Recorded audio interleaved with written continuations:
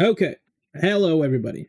Matt Kostick here, and today we're going to be interviewing the people who made Ten of Swords, and I just want to go ahead and have you guys just introduce yourselves. So, Courtney, you're first. All right. My name's Courtney Long. I was the writer-director and the guy who annoyed the editor the whole time. And then that would be Jason. That would be me, Jason. I was the editor for Ten of Swords, as well as the unit production manager for the entire production. Yeah, and just so you know, I will have these on screen, so you'll have it on screen as well, like the roles and stuff that you guys did. Right. I think first and foremost, the most important thing that we need to talk about, because this is the thing that everyone really wants to know, right? Is what in the fuck was with the fire alarm in the background? we gotta go over it. We absolutely have to talk about this. The comments were pissed. Is there a more annoying sound on the planet? Well, you know, when I did my looking into, like when I did my little critique of the film, part of me said it was a mistake, and then it felt so intentional by the end of the movie that I was like, did these guys actually sit there and instead of just addressing it, decide, fuck it, we'll work it into the film? So I want to know the real story behind that. What happened? Because it's bugging the shit out of me. Go on, Courtney. So, well, I mean, Jason, do you mind if I rip on it? Go for it. Okay. So when we wrote it, it happens at night. Like, it happens at night. So he was cooking dinner. And I don't remember what he's cooking, but he said something about, or he's like, oh, he's making stir fry.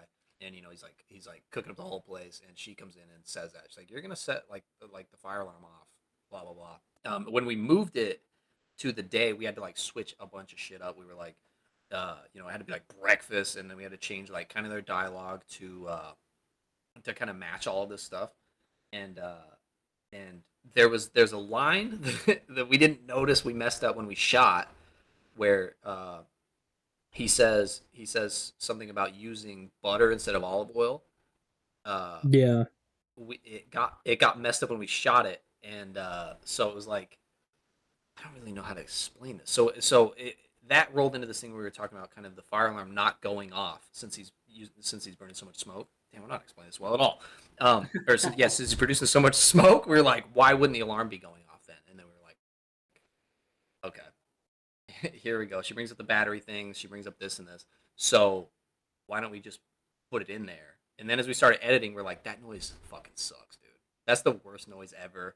And we started using it to like ramp up the. I guess stress. One of my main question is, it did. It absolutely did. I was like, what the fuck, guys? I know, turn it. It's like the stressful thing in the whole movie. No, but I guess my question is this. So was it intentionally in the script, or did you guys just start filming, realize it was in there, and it was like, fuck it? That's my real question. Yeah, she just mentions it. The beep is not in the script. It's just she mentions that she needs some batteries for it. Oh my god, I'm just burping during interviews. And then we started working on it. And then, we dropped it in there once, and we're like, dude, why don't we use this to like amp this shit up? So are you telling me that the little fire alarm in the thing is actually in the house? It's not something you just edited in at the end? Oh yeah, no, let's edit it in. Oh, it's edited in. Yeah. Okay, thank God. I really thought when you're watching this that you had these guys act around like an actual fire alarm that was in the thing. Because listen, it sounds very plausible, and it looks very plausible that that's exactly what happened. Because I have seen people, like I have other friends and people in the film industry, and like we were talking before the show about how like hard things are for you guys, that, you know, people just don't realize all the stuff that goes into it. I have had people say, you know, we cannot reshoot something it would be cheaper just to leave it in. And this would be one of those things that someone wouldn't notice because it's such a background noise that if you started filming and you only have a few locations, right? Like you only have a few locations and you only have so many days and then you can't get them back. I felt like, part of me felt like with this critique, I was like, oh man, is that what happened? But I'm glad to know it was like minimally intentional. Yeah, I mean, it really was, because in short, right, it was, like he said, it was originally in the original script, where during the kidnapping, the fire alarm starts going off because, like, there's smoke and stuff. Right. And we had to change some stuff, so it came out, but some language ended up still coming out that mentioned the fire alarm. And when in editing, the decision to bring that back in and how we used it, we actually, I was going to make it real time, because one of those alarms that either go off every 30 seconds or 60 seconds, and I had them timed out for each one. But a decision that Courtney made, he was like, you know what, actually, I want to help it lead the story by kind of offsetting it to when they say certain phrases, it kind of locks the idea in at that point, kind of like a checkpoint in a video game. And I really dig that. And it was not originally supposed to be used during the freak out. The freak out was supposed to just be one long take. Yeah. But then as we're mulling over things, re-editing, reorganizing, it really formed into this chaotic kind of thing that's going to make your heart, that's designed to make your heart beat, that helps you go into the very next part, which is the introduction that we made. Okay. I think that was the biggest critique that I had, and it was bugging me so much that I'm glad that I got it addressed, because I will say there's just a lot, that there's a lot of viewers that are just immediately going to hear that and be like, no, I don't like that. I don't like that. I don't want it. Oh, because dude, I would say the thing people say the most is like if I'm showing them the movie, like it goes off and they always look at me like, oh shit, you like you had a fire alarm going off in there, and I just like let it happen. I'm like, like this one. Like the few times I watched people, that's the first thing they say, and it seems like it pulls them out really hard. Like they're like, "Oh, this is some cheap ass indie shit." Right, right. Yeah. Well, no, because I think honestly, you used it very well, but just take it from the perspective of people who do watch indie stuff and support indie stuff. There's a lot of shit like that in other films. Oh yeah, that we're just like, okay, that's not blood, but that's fine. That's fine. Yeah, just let it go. They're doing their best. It is what it is. It's like that's not how that would happen, but okay. But so I just felt like that was something worth talking about, because I think once people know that was like almost super intentional, and it worked in the script. Like in the beginning, you're like, what the fuck? But after a while, it's like, oh, okay, yeah, this works. This definitely works. We debated exactly this. We're like, are people just gonna hear that and be like, and like turn it off, or are they gonna be like, is like, it was like how Jason said, how he timed it, and then as we were watching it, sometimes it beep over like words, so it's like, oh, okay, let's move that one a little bit, and then it became like a whole motif, right? We're like, all right, well, let's put it like once she says that one line. Well, so it's like, beep, I will say this, in the very beginning, I was like, that wasn't even my biggest complaint. My biggest complaint was, I was like, Utah, nothing happens in Utah. And then he's cooking breakfast. He's cooking breakfast, and I go, okay, I can see that happening in Utah. Yeah, it's based on a true story right there. Based on a true story, I can see that. She's like complaining at him. He's like cooking breakfast. I was like, this could happen in Utah for sure. And but the obligatory like husband in sweats making breakfast, Yeah, that's also brings me to another. Speaking of sweating, that brings me to another question: how fucking hot was it on set doing these things? Because as the viewer, I'm critiquing it and I'm like I was telling people in the video, I was like, man, I think it was balls hot while y'all were filming this shit, because Yeah. I know plenty. As hot as I was just gonna say, as hot as you can imagine a July in Utah being.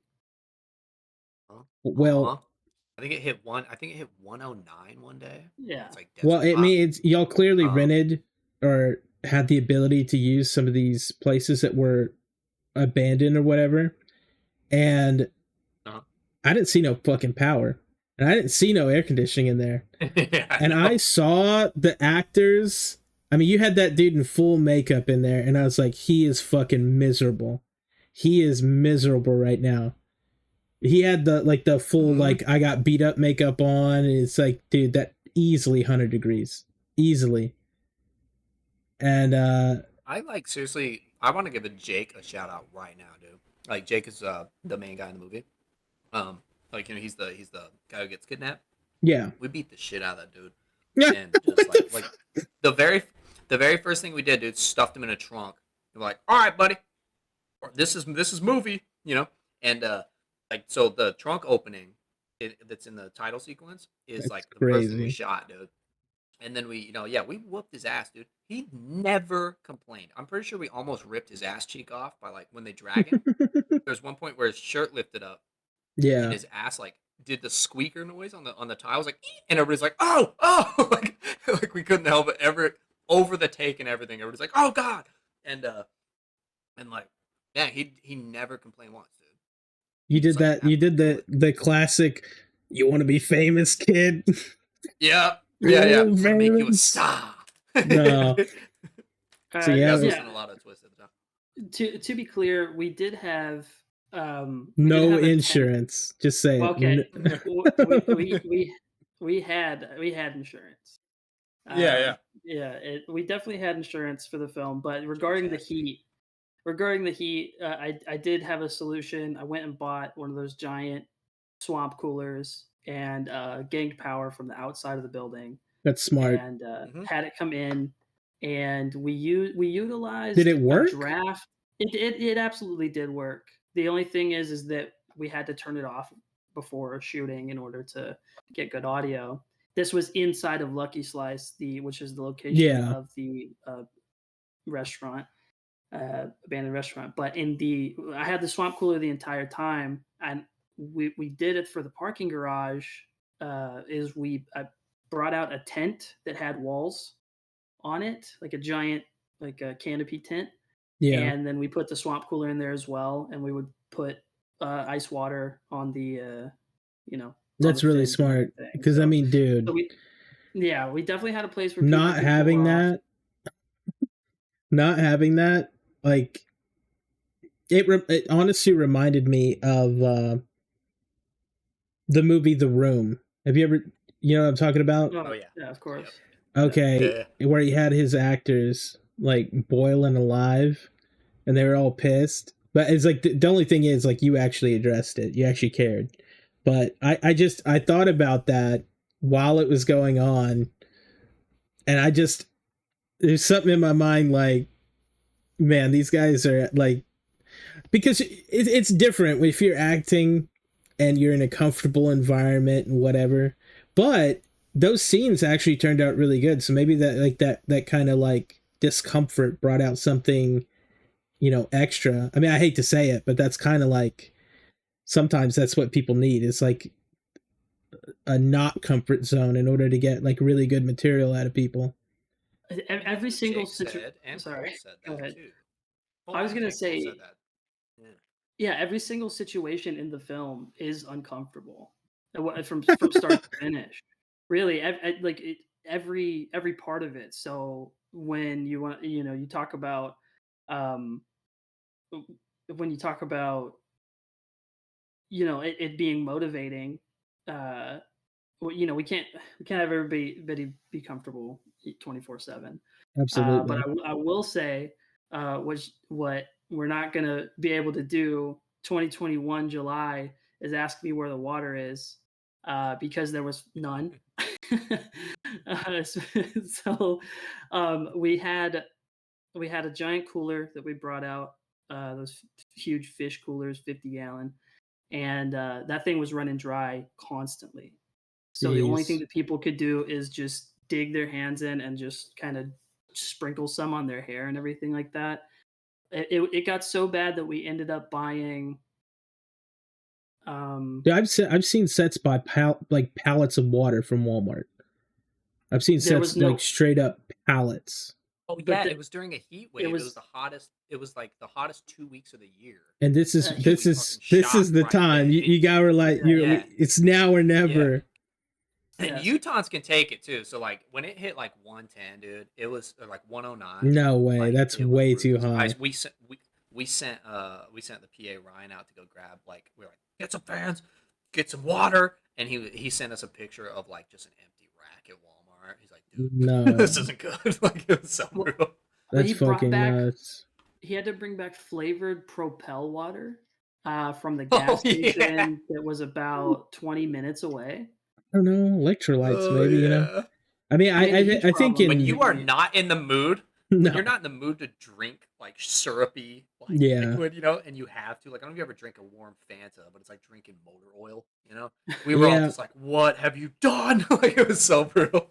I'm a big I like that white and blue Gatorade, so I'm a big Gatorade guy. Oh yeah. So I think in a pinch, if the shelves are gone, I think you show them the picture and say, you do what you gotta do. You drink your syrup. Drink it. Yeah, you idiots. Yeah, shout out to Colton and Ryan too for keeping everybody hydrated. Who is the guy with the gray hair in this film? One of the main guys. With the gray? Cole. That one's Cole. Dude, goddamn, he's like one of my favorite people throughout that whole thing. Like, everybody loves him. Dude, it's crazy good.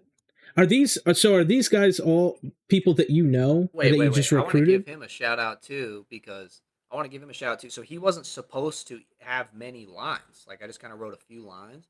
Mm-hmm. And what happened was we got to the point where we were going to shoot, the first 2 days happened, and like, he was just bringing it, man. Him and Doza, the dude that he rolls through the parking garage with, were just sending it, dude. And we were like, damn, we kind of got something on our hands here with this guy. And then we hit the pizza place, which is a dilapidated building in the second half. And like, we're like, you know, as we started gearing up to get over there, me and the script supervisor Karen and Jason were all kind of like, all right, Cole's the guy, right? Like, he's the guy. And, you know, it's just like, yeah, no brainer. Yeah, because it felt like somebody else was supposed to do that interrogation. Yeah, it felt like in the beginning it didn't focus on him, but then as the film went on, it was kind of purpose built around his scenes. And I think, dude, he killed it. I think he absolutely killed it. And it's the thing between... we edited it in a way to... Sorry to keep interrupting you. There's it's fine. Barely a delay.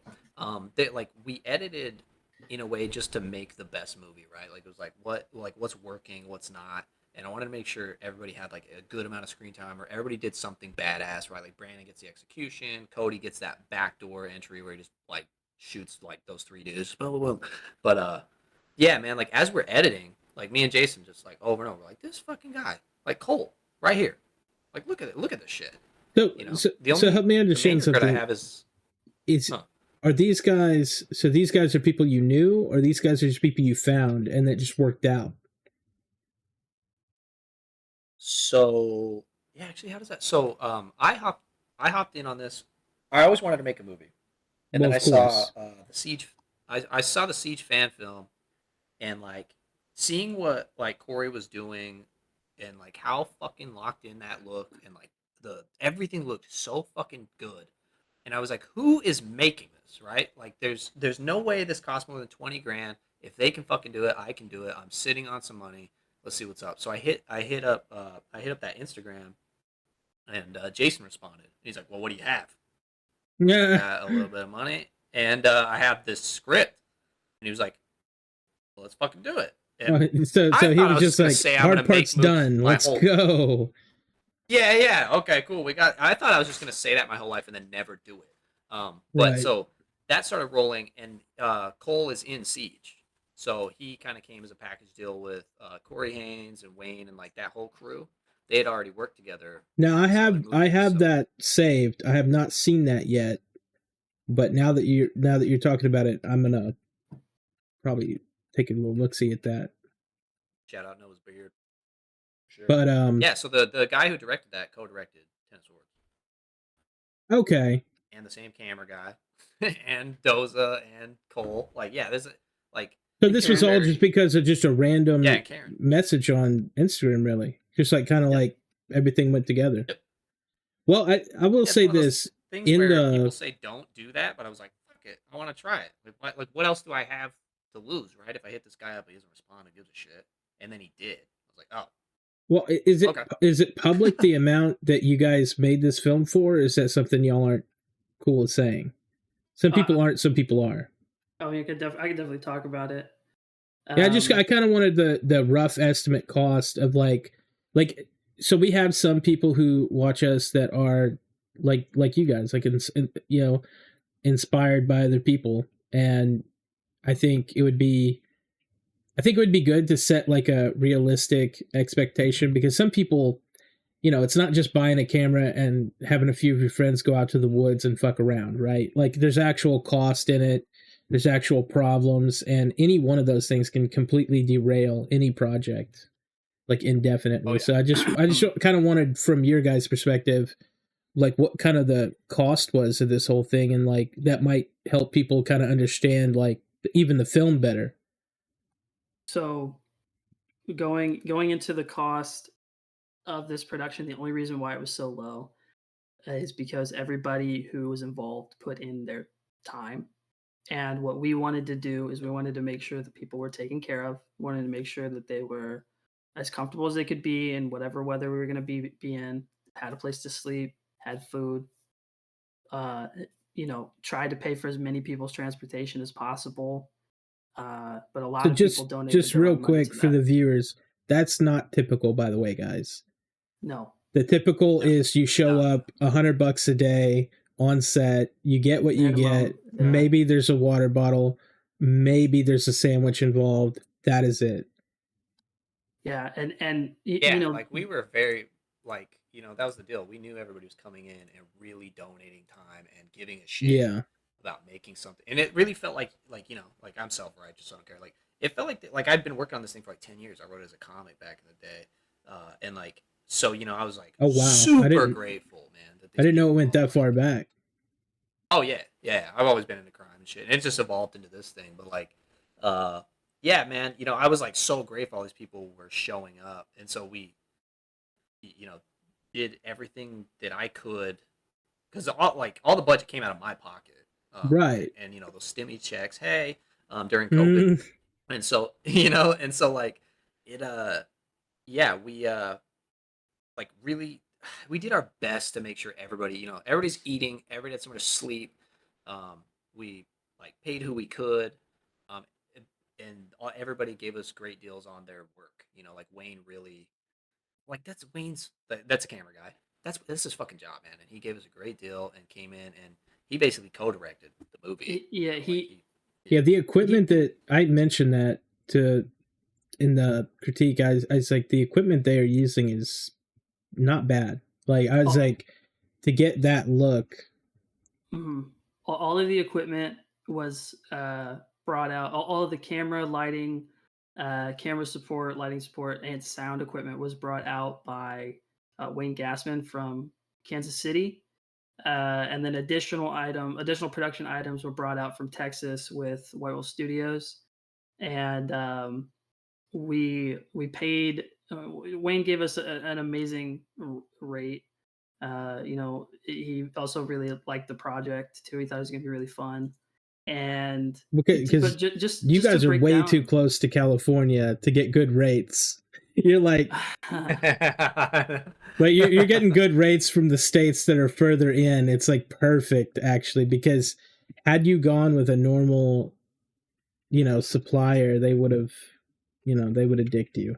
It turns out it was more cost effective to drive out equipment from Kansas City Yeah.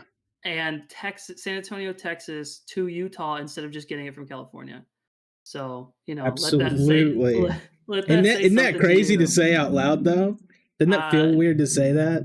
Yeah, especially since it was People like a traveling 28-hour hundreds of miles. drive. Yeah, hundreds of miles, and it's still cheaper.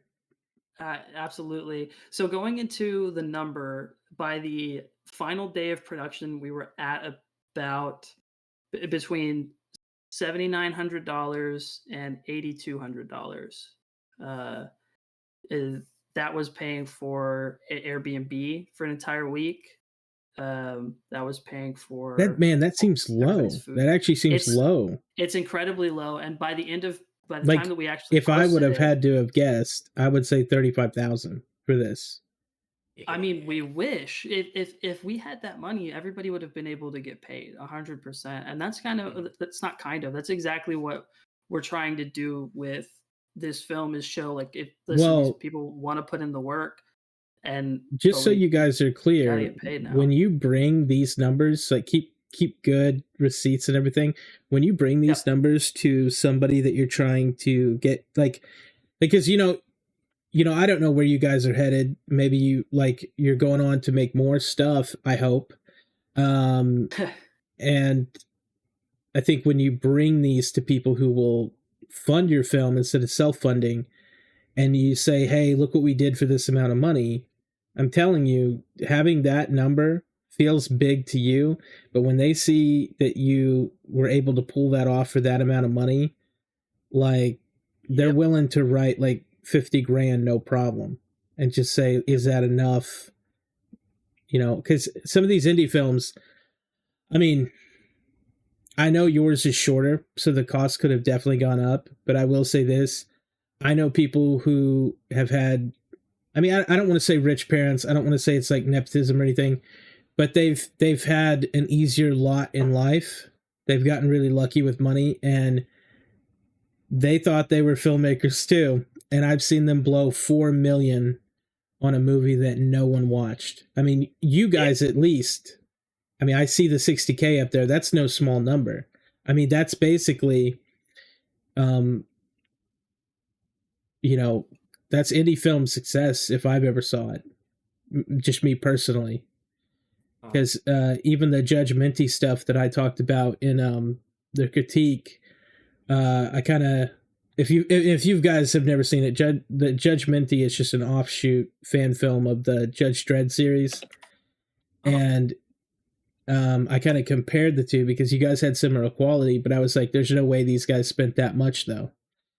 And I just thought it was, so man, to hear that it's that low though, like, because I know it seems like a lot to you guys, like it hurt doing it, but man, for being able to produce that is crazy. Like fucking Jason, like, I'm not gonna kiss Jason's ass. This is on the call.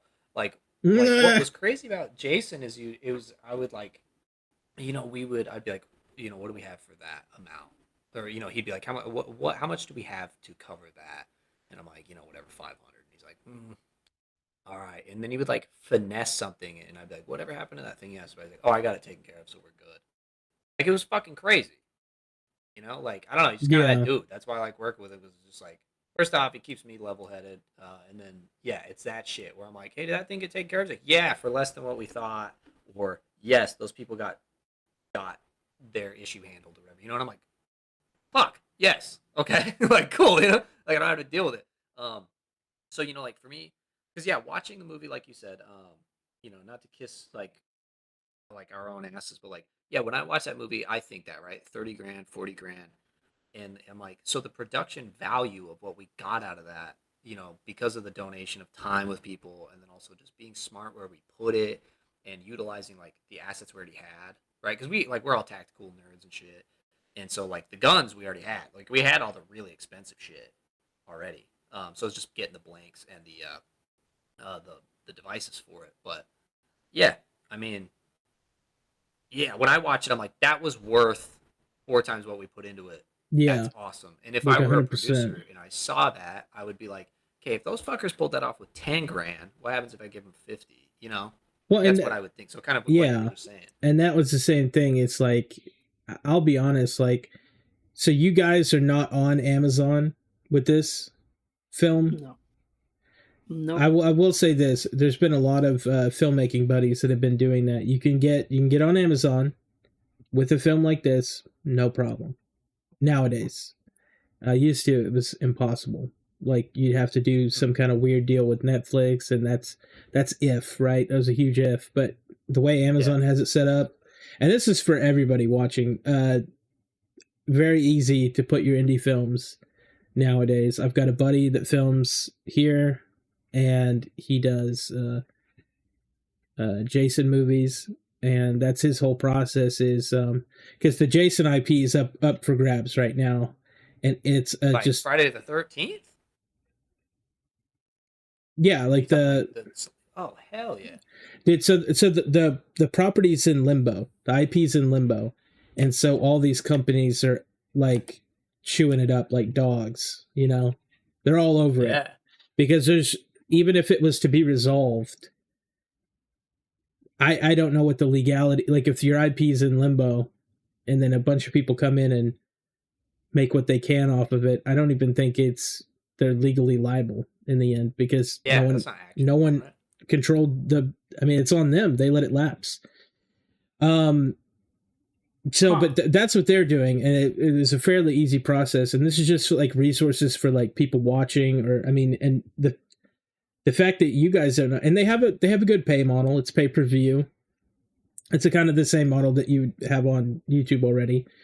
But I'm saying with that amount of investment to make this movie back, when like an investor looks at that, that's nothing to them. That's like a Saturday night for them. That's crazy, bro. I know. I mean, knowing the number now and thinking of the film, I'm like, that is nuts. Like I wouldn't be able to pull that off. That's ridiculous. That's some black magic voodoo shit right there. Yeah, so I mean, those numbers come at the very last day that we filmed. Of course, there was time spent working on stuff afterwards, and Courtney flew down to Texas, and I flew up to where Courtney is, and those kinds of costs would technically be added into the production. That should lead me into saying that the thing about the number that I just said is that's what we paid. That's not how much everybody put in.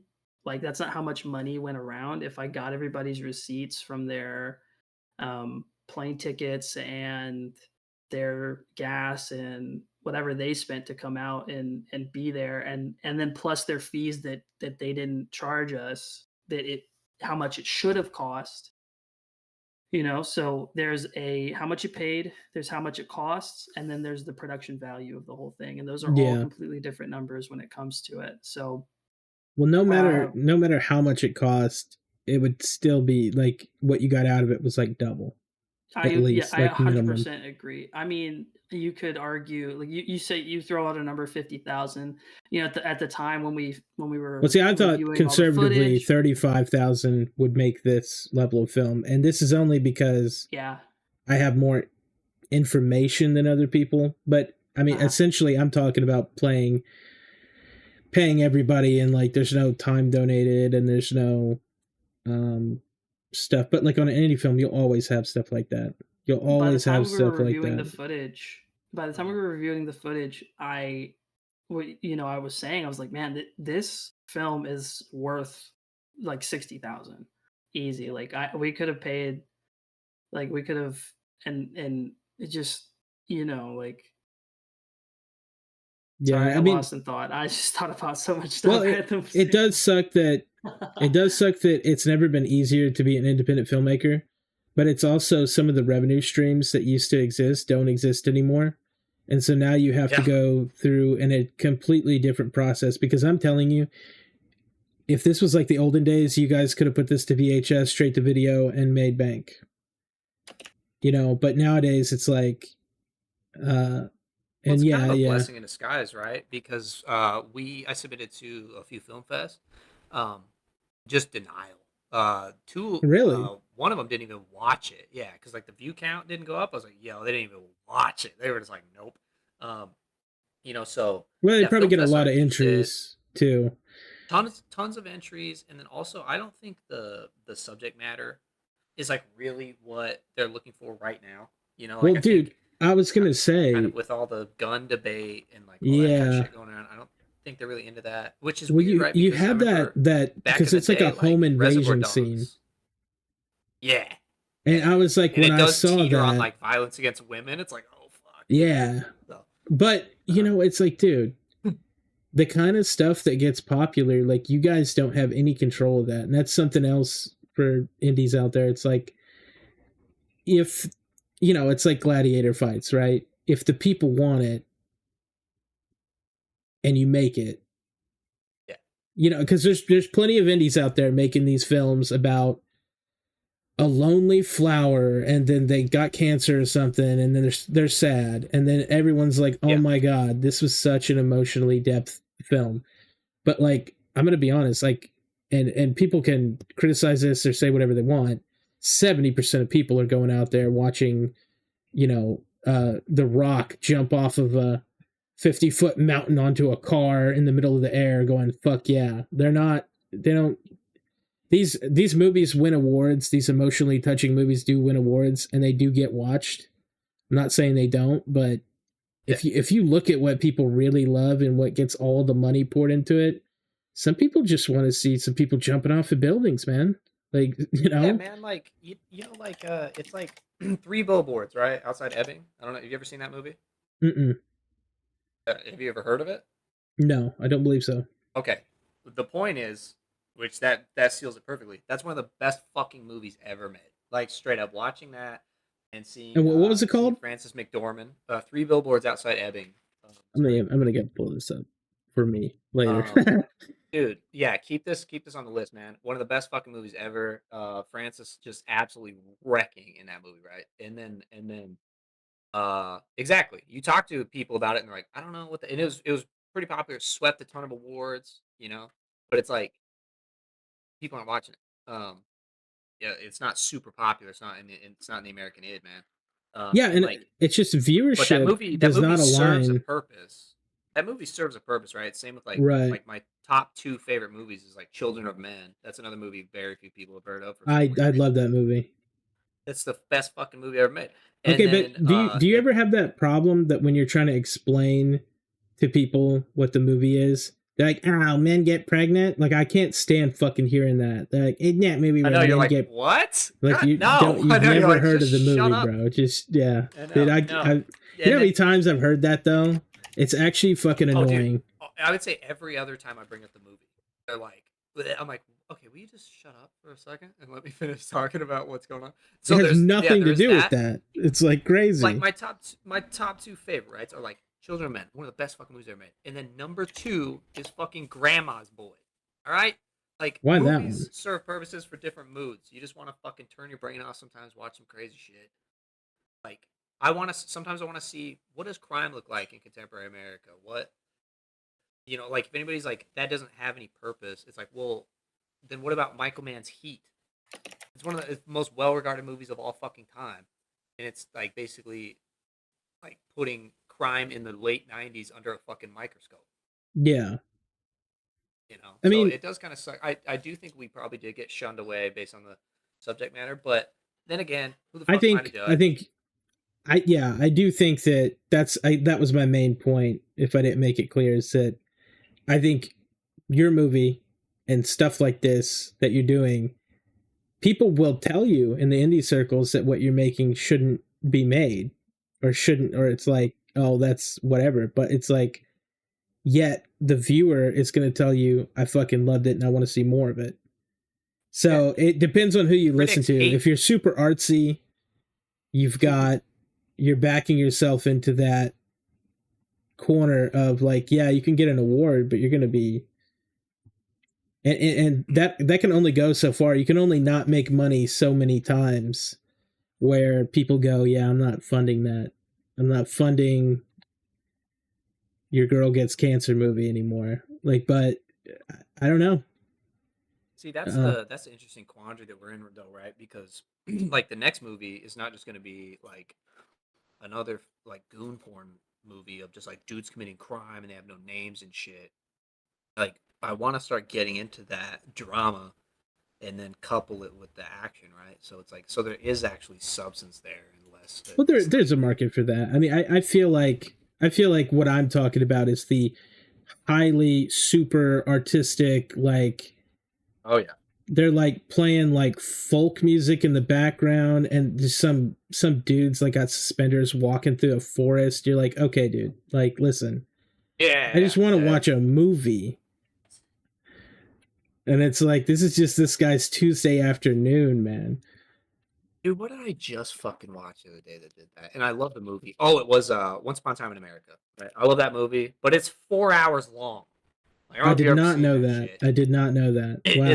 It's a beast. That's a long movie. That should not be that long. It's a beast, man. But the acting's amazing, right? De Niro kills it the whole movie. Like, the realism is all there. But like every time I watch it, man, I get to like about 2.5 hours, and I can't believe I'm disparaging this movie. Somebody's gonna come assassinate me.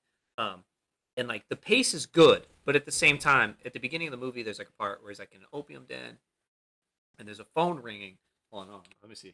8 times phone ring once upon a time. It rings like, oh, somebody answered this one. It rings like 24 times. That just feels like a long ass movie, though. Like, there's no reason for a movie to be. I mean, it tells this guy's whole life growing up in New York. Right. He's like in the Jewish mafia, and he like also, it's a really good movie. But yeah, like, you don't need to show a phone ringing 24 times. I know people are gonna kill me for that. They're like, it's cinema, but I'm like, sometimes I'm into it, sometimes I'm not. And when I'm not into it, that's what I think. It's not an attention span thing. Well, listen, like I don't think people are going to be too harsh on you about that, but because, I mean, look at any time Quentin Tarantino can get to see some girl's feet that he wants to see. He makes a whole movie for it. I'm like, Jesus Christ, man, just tell him, just pay him on the side. Like, I don't think that you have to make a whole film just it's a good way to hide it, though, I guess. Yeah, it's a good way to hide it. Or having it so publicly available for people to see is part of the kink. Oh my God. Boom. See, Jason gets it. Yeah. That's why I had him edit the movie. We hit a bunch of kinky shit in Ten Swords. Yeah. Oh. Yeah. Wait. No. No. Wait a minute.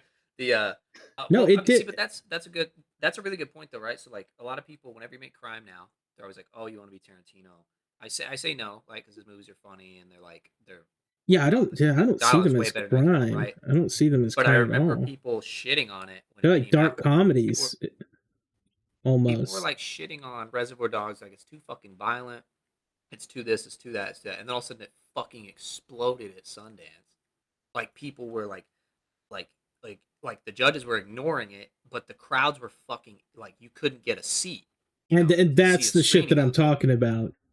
That's exactly what you're talking about. Yeah. And I just think that as long as your audience is happy, because look, I'm in game design, and we have lost our way. Like, movies are still kind of, I mean, let's be honest, like, I would say 40% of movies right now are they're going way off the rails. But as far as game design, we're way, like, we're done. Like, there's going to be a bubble. I feel the opposite. I feel like movies are just a fucking nightmare, and like video games. I don't think you've played enough video games. Mediums that's like, dude, I'm like super into game dev and all this shit. Like games are like one of the last mediums that are like almost still holding it down. Like, it would be hard for me to say, because there is a lot of dog shit out right now. There's a lot of companies that maybe it's a juxtaposition of me not being on that side of the fence. Because I will say this, it does feel like I can find a good movie to watch. It is very hard for me to find a game that I can play. But then I'm a game dev, so I've got game dev brain about every game. Like, oh, I know how they do I'm in the same boat. Like, I'm always digging into games and modding the fuck out of them and kind of seeing how they made them, right? And like I mod a lot of Cyberpunk, and a lot of people are like, that engine, I can't believe they're switching to UE5. Like, why don't they keep that engine going? It's like, because that engine is a piece of shit. Okay, the red engine is cool. It always was. It always was. If you change, I changed the texture on this one shirt, and everybody's head was just invisible afterwards. It was like some hash wasn't correct. It was tied to something. So there's just a bunch of floating eyeballs everywhere. And I'm like, what the fuck? How is that so spaghetti coated that just happened? You know, like, yeah. What have they done? So I am going to ask you this though. On the films. Wait, no, hold on. I want back on this video game thing. So like movies, right? I can find a good movie to watch that's 10 years old, 5 years old. You know, like, but finding a consistent stream of like new media, I do find difficult. But like video games, you know, like I mean, you got to dig a little. At least once or twice a year, right? There's a game that comes out. A lot of people shit on Last of Us 2. To me, that game is a fucking masterpiece from like front to back. Same with Red Dead. You know, like the only issue I had is just the stark difference between the first and the second. The Last of Us. Yeah, that's the only issue I had. I just felt like a different game, to me at least. Like I played the first one, thought it was good, and then when the second one came out, I was like, oh, so this isn't about like zombie, like scary stuff anymore. This is more just like we're just telling some story. Like it didn't feel like this. Like the first one felt so like survivally and like you had to be so like cunning, and the second one honestly felt a little bit more on rails. I don't know. It was something about the second one. That's a good point. Like, that's a good point, right? It was really trying to just tell like you it's a movie. Like it's a movie, but it's like it's not supposed to be. It was supposed to be like the cool ass stealth mechanics and like the stuff they introduced. What other game are you going to get that in? Where you throw like a bottle across the room and then they like, hey, what is that? Like the characters interacting, and you don't get that a lot in games. And so I was like, man, it's a shame that took a second seat almost in the second game. See, but because the key word is game. In response to that, right, is like, because Druckmann loves he loves telling his stories, right? But to me, like the storytelling in that was so crystal clear. Like it was just like, it's just fucking distilled perfection as far as like him getting that story across. Because there's that, you know, that sliding scale, right, where it's like the more gameplay and the more freedom that you give a player, kind of the less you get to tell them, right? Like Fallout 4 is a perfect example of that, where it's just like, I can go do whatever the hell I want. Oh yeah, I mean in those games like, you can skip over the entire, I mean everything. You can go straight to the end. You just I always start it. I'm just like, I go straight to Corvega, kill everybody, get some good guns, right? Like I'm like my son. I didn't even like that kid in the first place, and then I just started doing, like horrid shit. And then or you know, you can keep them on the rails and tell your story. I don't know how the fuck they pulled this off with Red Dead 2, because like that story's one of the greatest American tales of all time, and like it's still Red Dead. It's not. I think it'll be 2 weeks ago. Yeah, I think it'll be a few years still till we like. I don't think it is older, right? Obviously, but I don't think it's old enough to where we go, you know, we look back and we go, damn, you know, this is literally one of the best games ever made. Because the stuff that they put in there was absolutely, I mean, I know people say it was unnecessary, but the touches that they put in there is like, I'm sorry, but when you can watch a plant grow and we can literally watch, like, I don't know, man. There's just so many balls shrink, bro. You know, like those things fucking add up. And now listen, I'm not going around watching no horses, but that's all I do.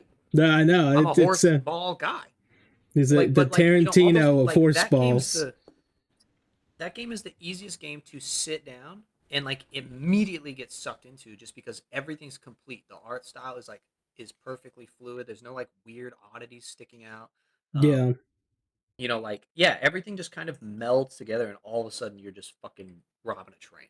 And like, I think where you're going with that, right? How you're saying like it'll be a few years before it's recognized as one of the greats, but like, well, because we don't have the same. I was like, this is one of the greatest pieces of media ever fucking made. This is great. Yeah, and I think you have the people who have the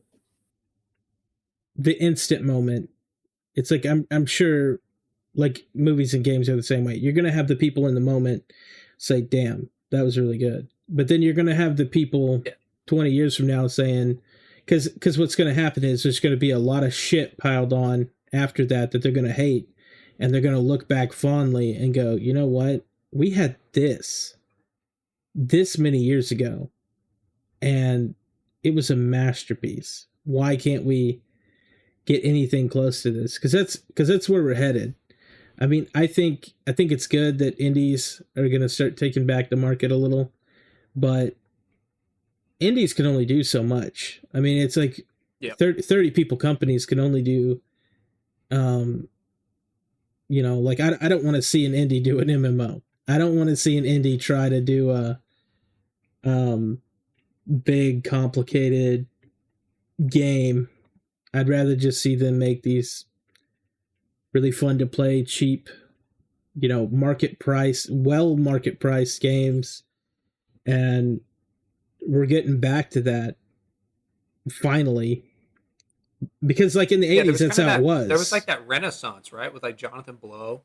Right? Like he made Braid. Have you ever played Braid? Yeah. Yeah, like, there was kind of that cutesy indie renaissance. And then a lot of companies, some of those companies got bigger, turned into other things. But then there was like, shit started building up more and more until you had like Warhorse who made Kingdom Come.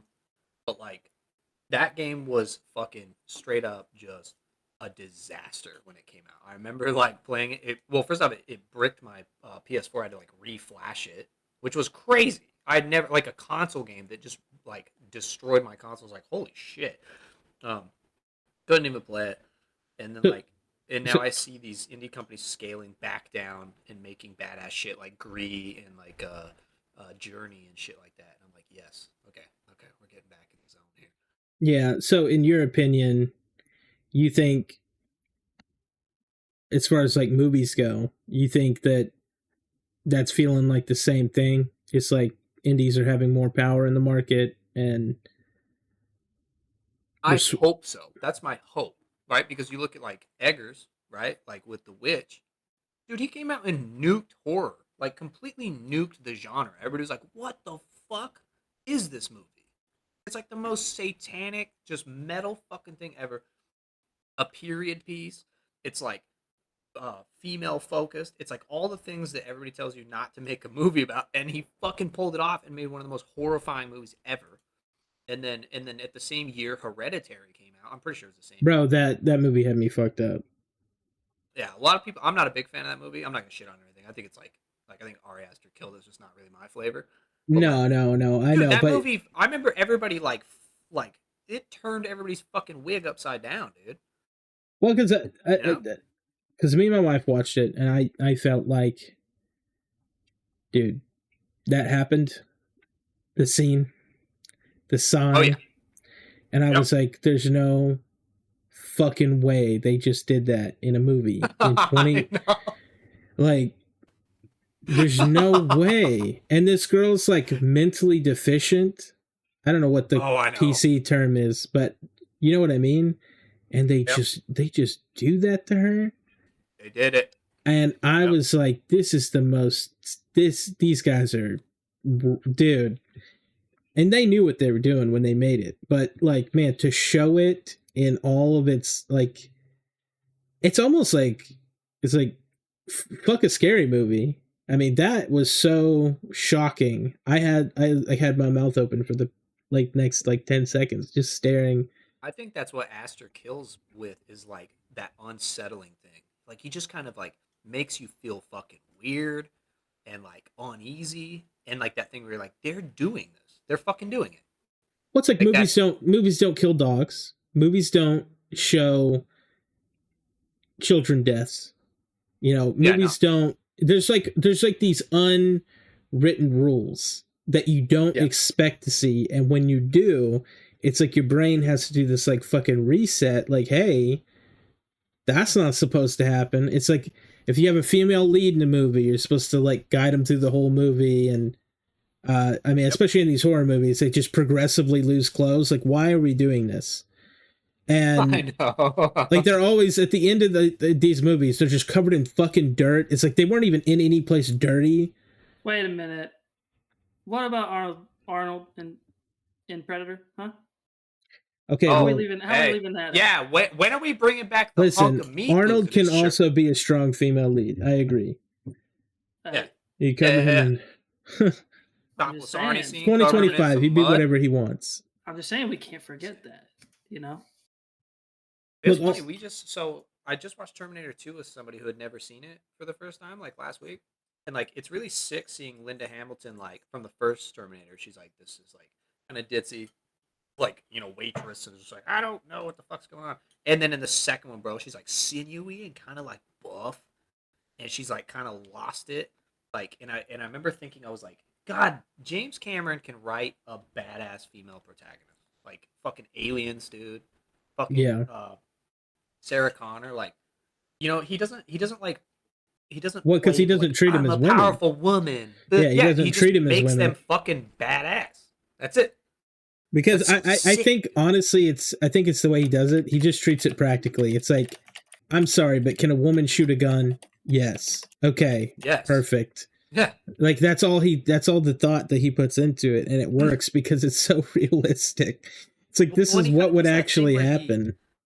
What I like that he does too is he utilizes like a woman's strength to do shit, right? Like they finesse shit more than they like brute strength it and shit. Like the way that she escapes the mental asylum, like, is so sick. Like with the fucking Drano syringe in the neck, like she's not just kicking everybody through a fucking wall. She's like, right.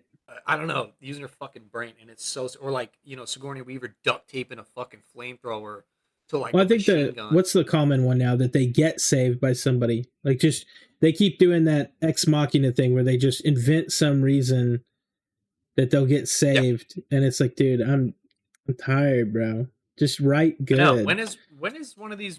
I want to see a woman Spartan kick somebody through a fucking glass window because she's badass. Like that's like what we need more of these. We need more Sigourney Weavers. Goddammit. But anyway, I was going to ask you again, just to round out some of these questions that we had, on the title of the thing.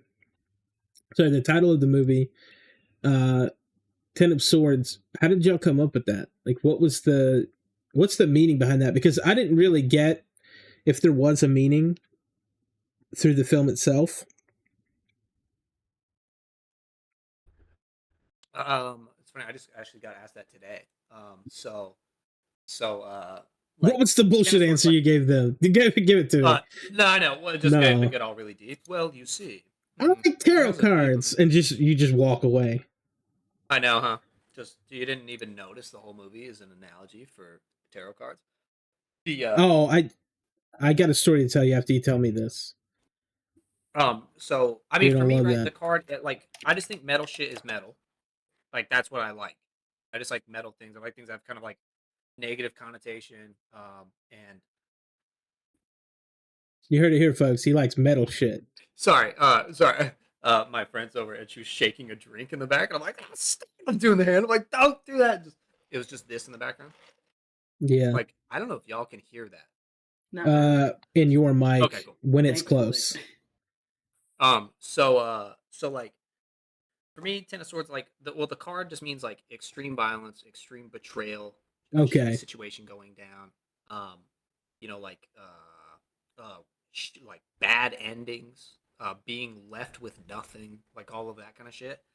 And so as I was writing it, and like Jake's character started developing more, because originally it was just the heist scene, and then as I started writing, I was like, well, this guy's had more than that. I don't want to just do a fucking like. Here's a bag of money, okay, and then we get a shootout situation. As we start writing him, I'm like, this dude's fucking experience is exactly that description. Like, what a mess, And I just always thought that card was really interesting because a lot of people try to spin it into new, it's a new beginnings. It's a really franchise name too, right? So like, if you ever did want to spin this off. Or like go forward with because some people like they write something, they complete it, and that's their idea, and it stays like that forever, and that's fine. But it is a really franchisey sounding name where it's like there could be more. There could always be more of this thing.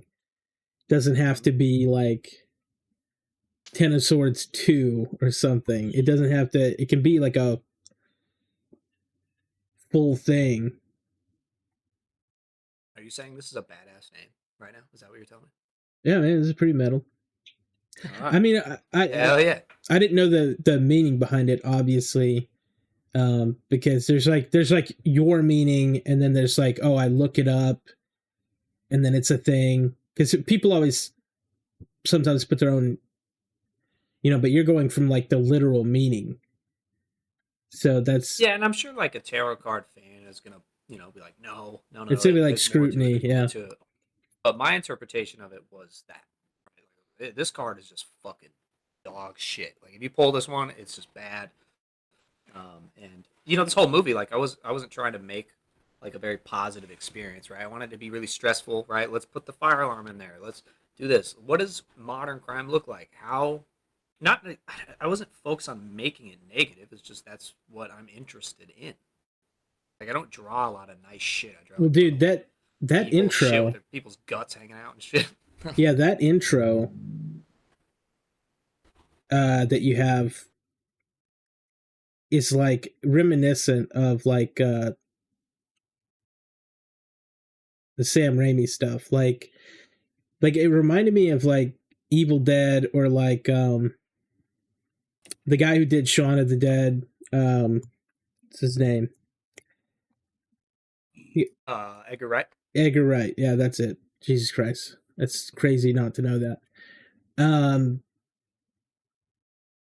But basically like that first like intro sequence you had where it's like shifting every few seconds, and they're in the car and they're like actually going to the location.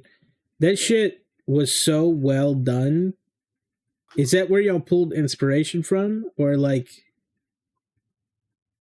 because I said, dude, if the whole movie was like that, that's fantastic, because it's like telling the story of going somewhere interesting.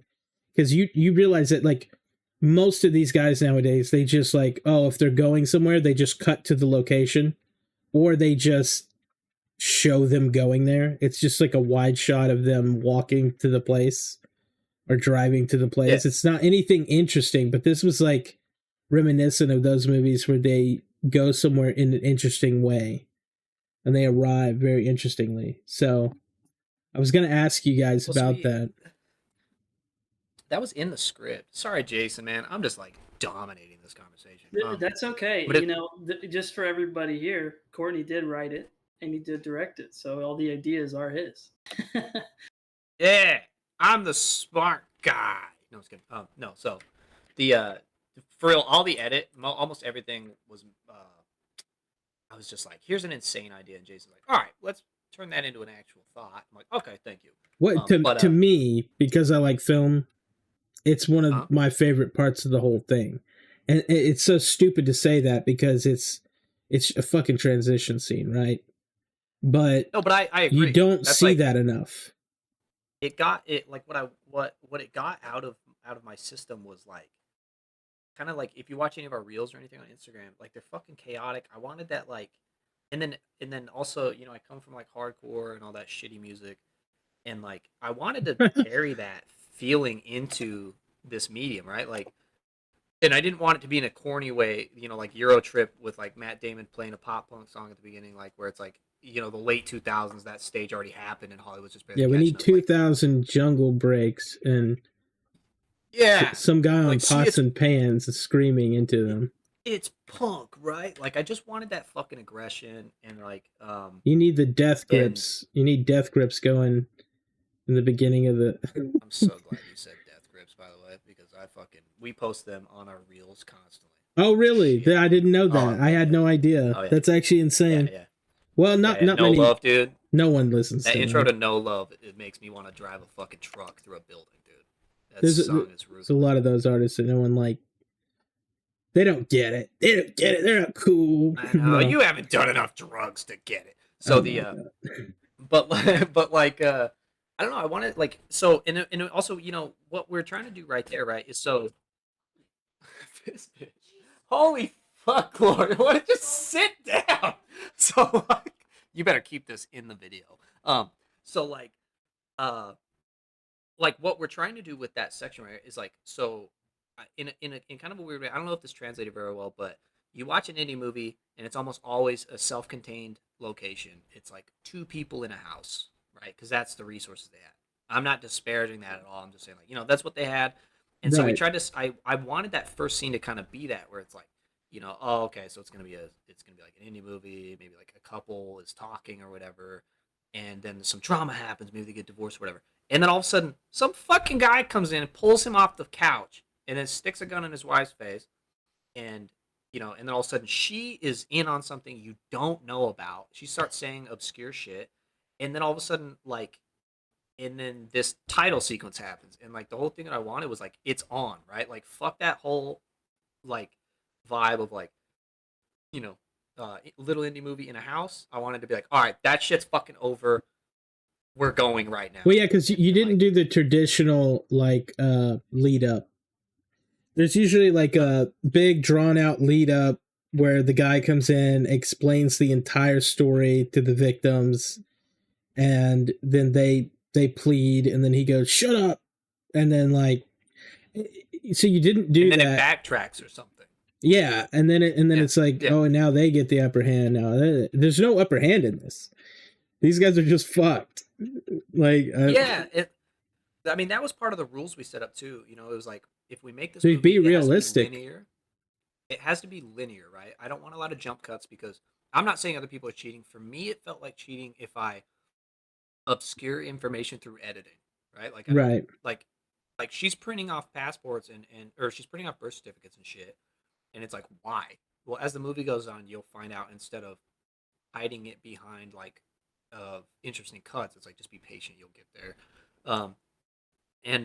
I see a lot of crime movies do that, where they like you said, it opens up with like some dudes doing some thug shit, like, they go in and they kick a fucking door down, and then it cuts back to something else. I didn't want that, and it works, right? So I don't know if that was the best choice, but I wanted to strip down a lot of like, sorry, this sounds all really pretentious, but I want to strip down a lot of the conventions that I see in movies that keep it interesting, but in a way, to me, that feels cheap for what I wanted.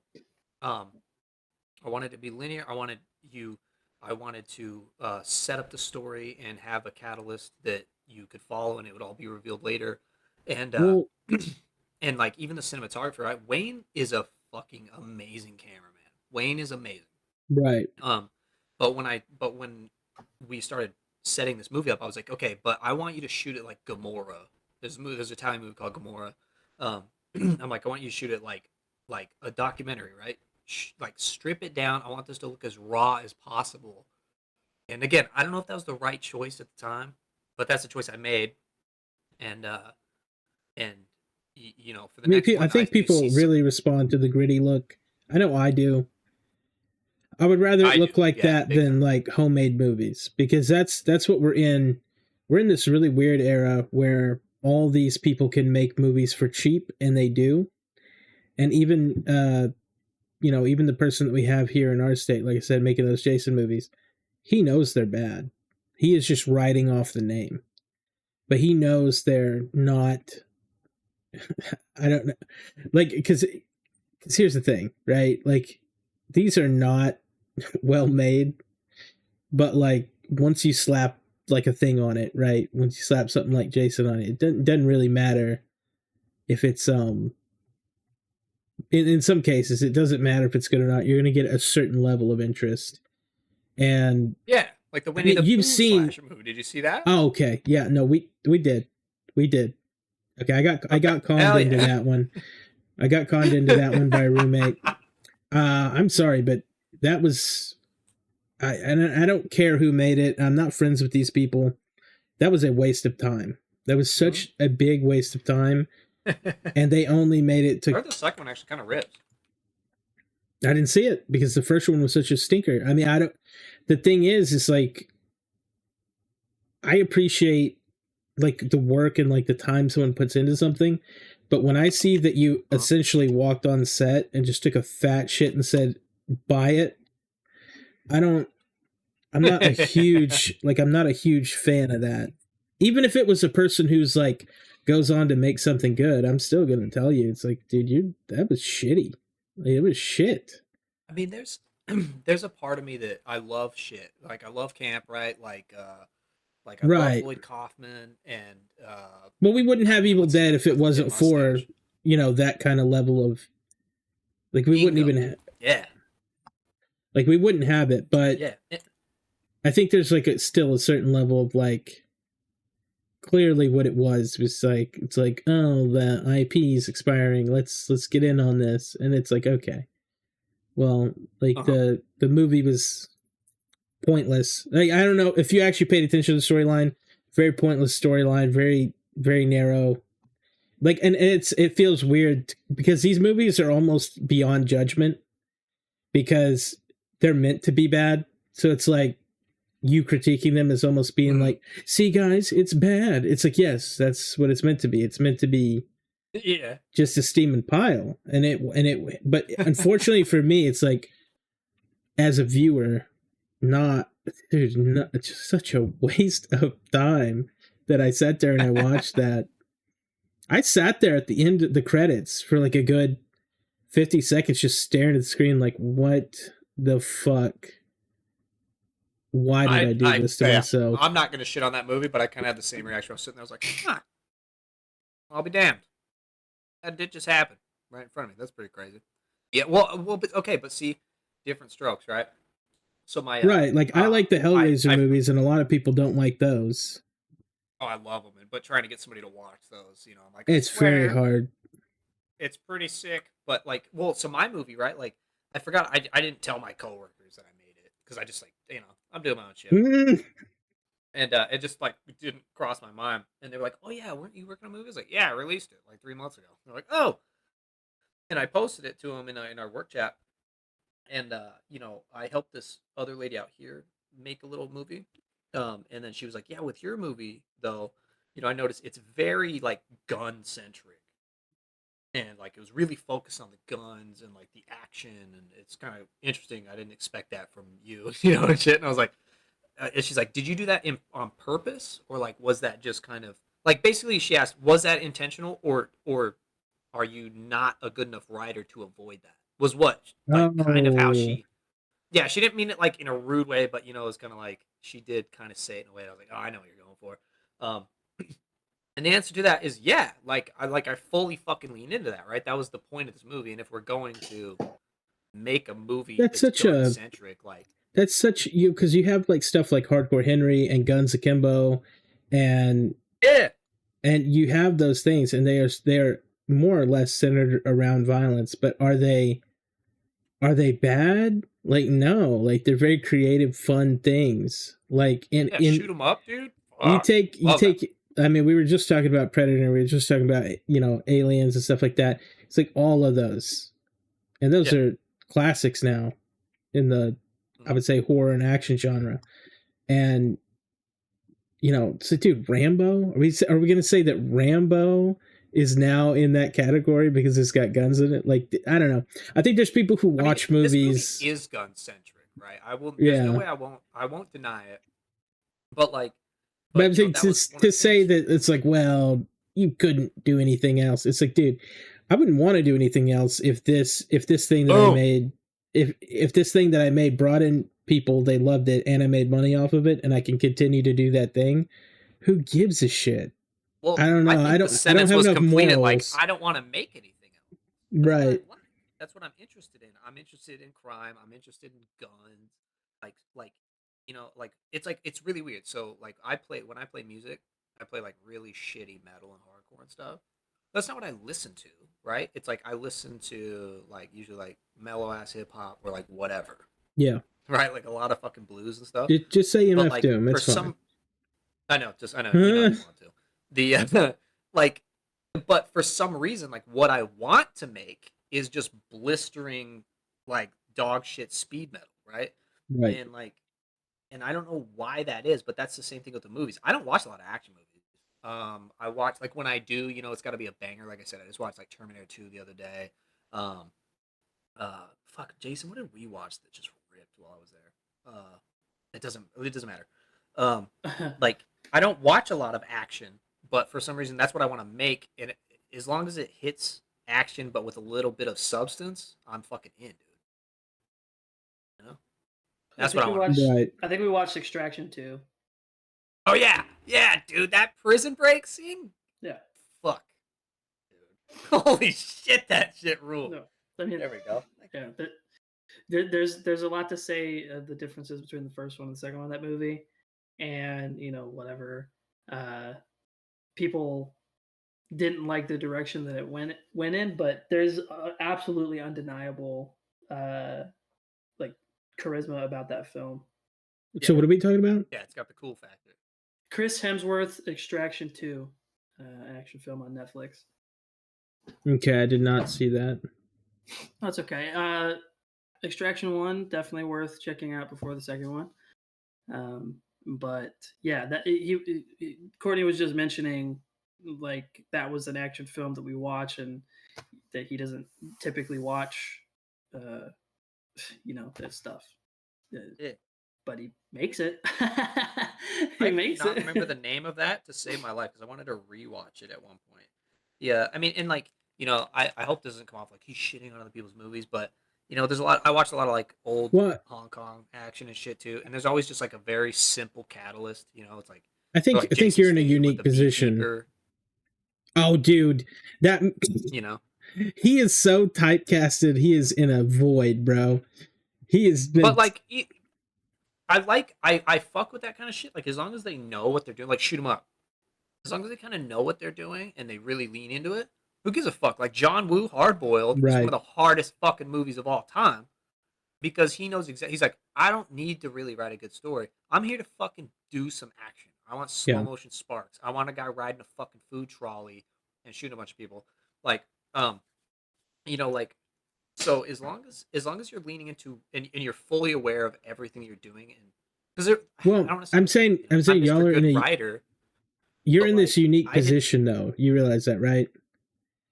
Because when you go to critique a movie, the typical argument is like, well, what could you do? It's like, well, actually, and you just pull the link up, you're like, pretty fucking good.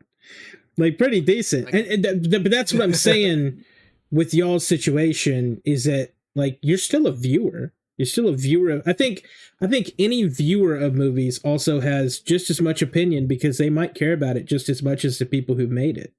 I mean, I know people don't like to talk about that, but like some people do. Some people like me really do care about these things in a way that, like if it was my own thing, like that's how I look at it. Yeah, I hear people say that about Star Wars or like, Star Wars fans or fandoms. They're like, the fans ruin everything. I'm like, no, you don't understand, man. These people fucking love this IP. They love it, dude.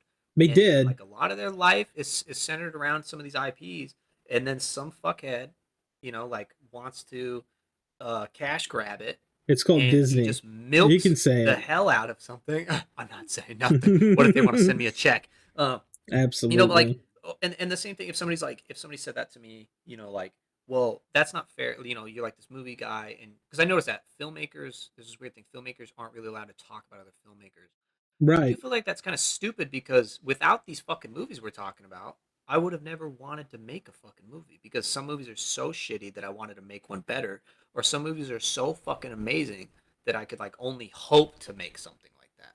Every time I watch Blade 2049, I'm like, if I ever pull off something like Denis just pulled off with this movie, that'll be it. I made it. Like that's the dream.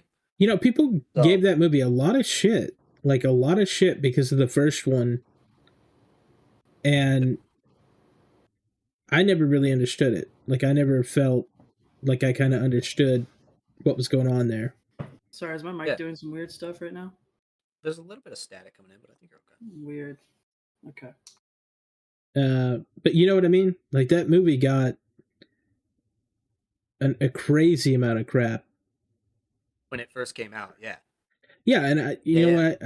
I don't quite understand it because when I watch it, I was like, dude, this isn't. I've seen bad movies, and like it doesn't feel like a bad movie. The visuals are good, the music is it's always been amazing. It's just an incredible experience. All the sound, the way that they set up the story. I mean, it's so dumb because people like to like guess the ending, right? And that's a normal thing. It's like you're watching it, you're like, oh, maybe he's the guy. It's like normal to do that. But man, they gave it for as good as it's set up and how it ties in with the first one. Dude, I did not see the criticism Because I watch it and I go, yeah, I guess it's an action movie, but overall, like, dude, I have seen much worse than that. I've seen way worse than that.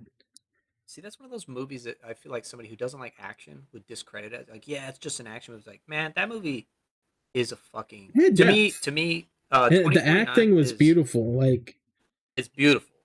That movie is fucking gorgeous from top to bottom. Like, it's fucking crazy how much depth there is. Like, every single frame of it is a photograph.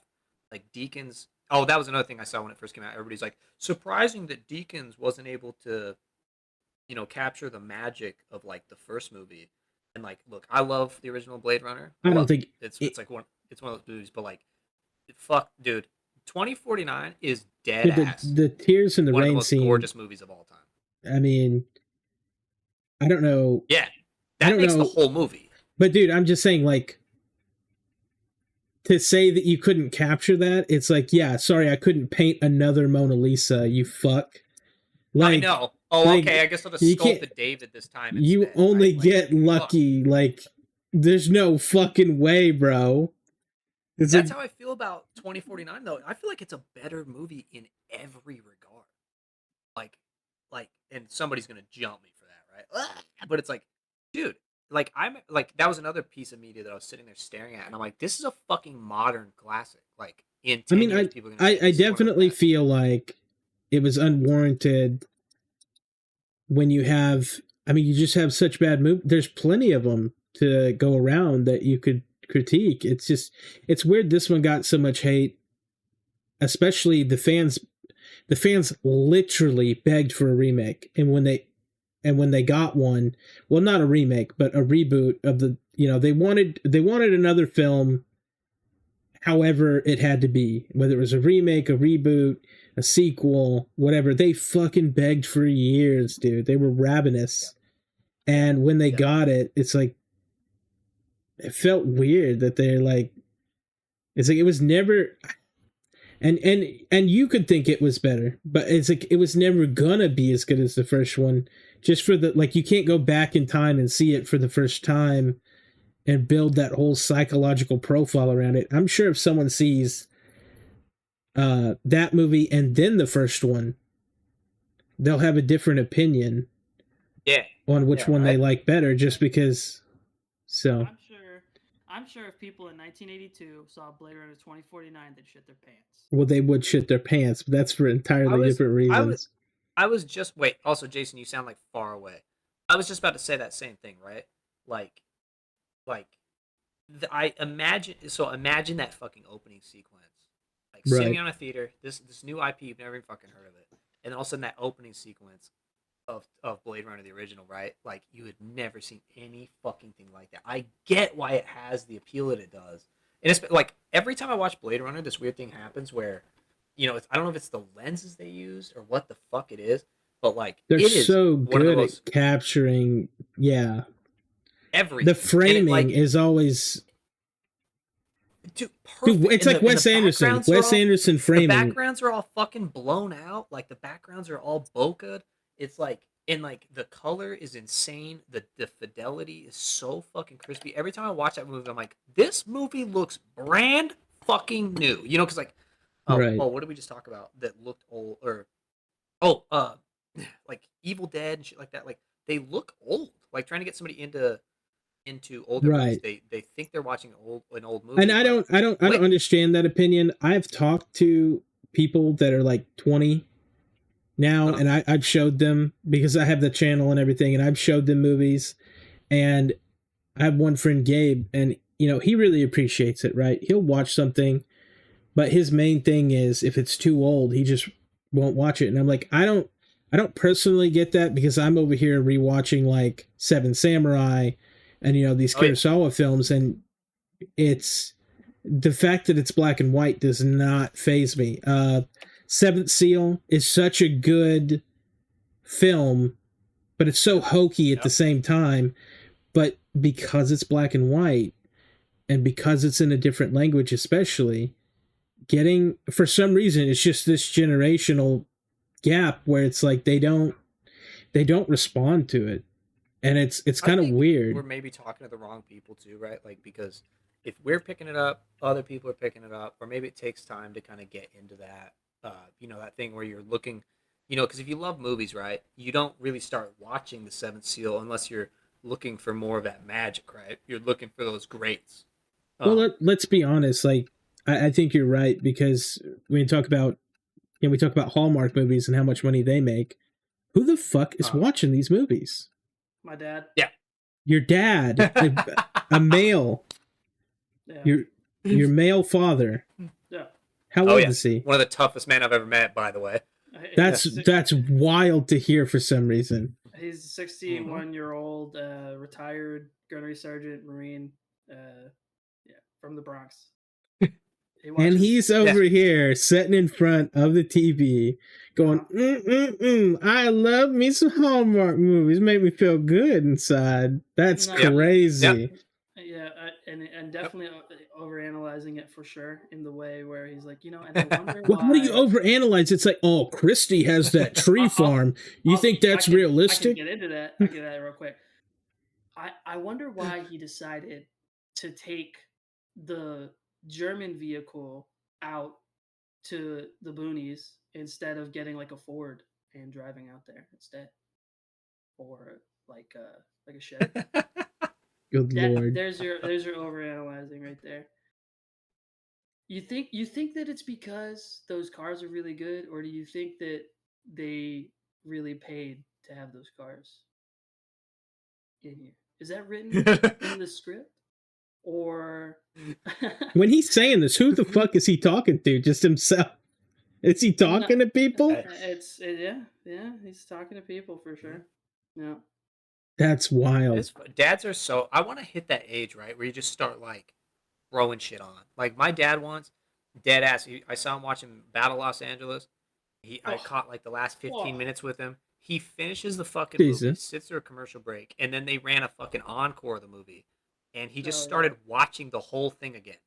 Bro. Yeah. That is the one thing I have a big problem about. Unless I really like a movie, it is very, very, very hard to get me to watch something twice. Oh, hell no.